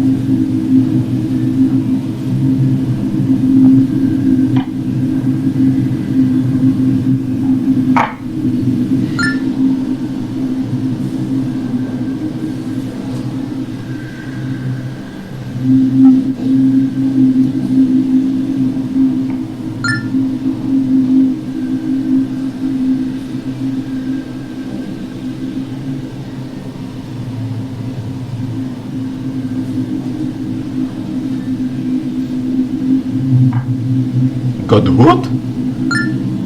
Yeah. Once again, things are in the lore for Project Nexus is complicated.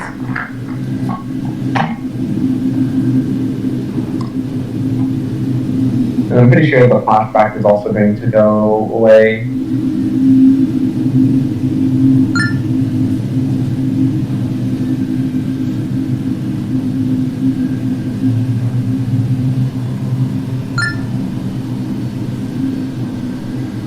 Yeah. And of course, you just leave.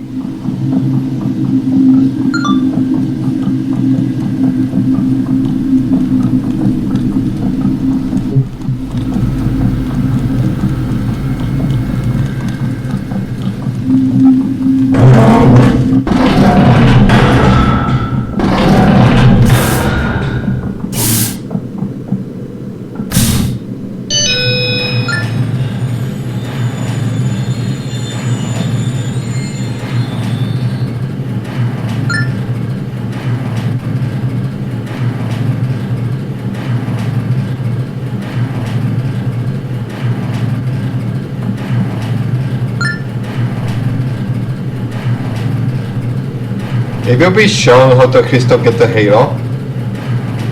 It's shown in the original in Project Nexus Classic. Uh-huh. Yeah.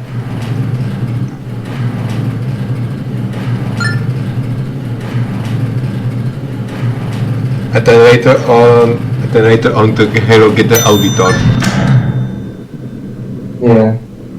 Oh, yeah. Here's something that I didn't know until I watched the video. Yeah, you can just casually punch him. I find it funny that you can just, that happens, and you can just walk away. It doesn't change anything. Okay.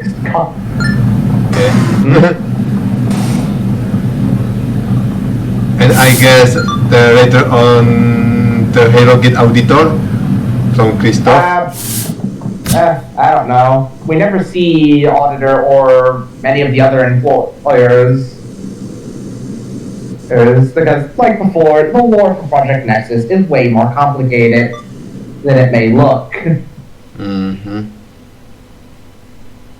But because Madness is very complicated in terms of lore.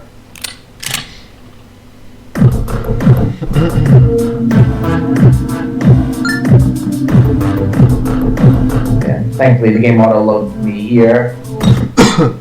There. And we're in the mining sector if it isn't obvious. Mm-hmm.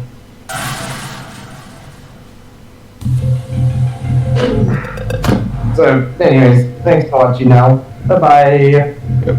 Wait, didn't you also get the mini setup with the Hank? Yes, but next stage we'll be able to play with him and so forth. Is there will be a stage where you're gonna play out of 3 characters? Yeah, I think if I remember, the final stage has you play with all 4 characters at once. Neat. Yeah, so, yeah, thanks for watching now. Bye-bye. Goodbye. 3 hours 30 minutes, oh my god. Oh my god, dude. I got 9 notifications. Holy crap.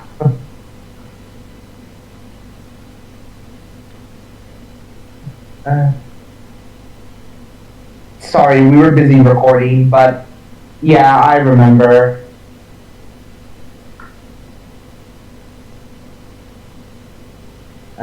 All 3 of us.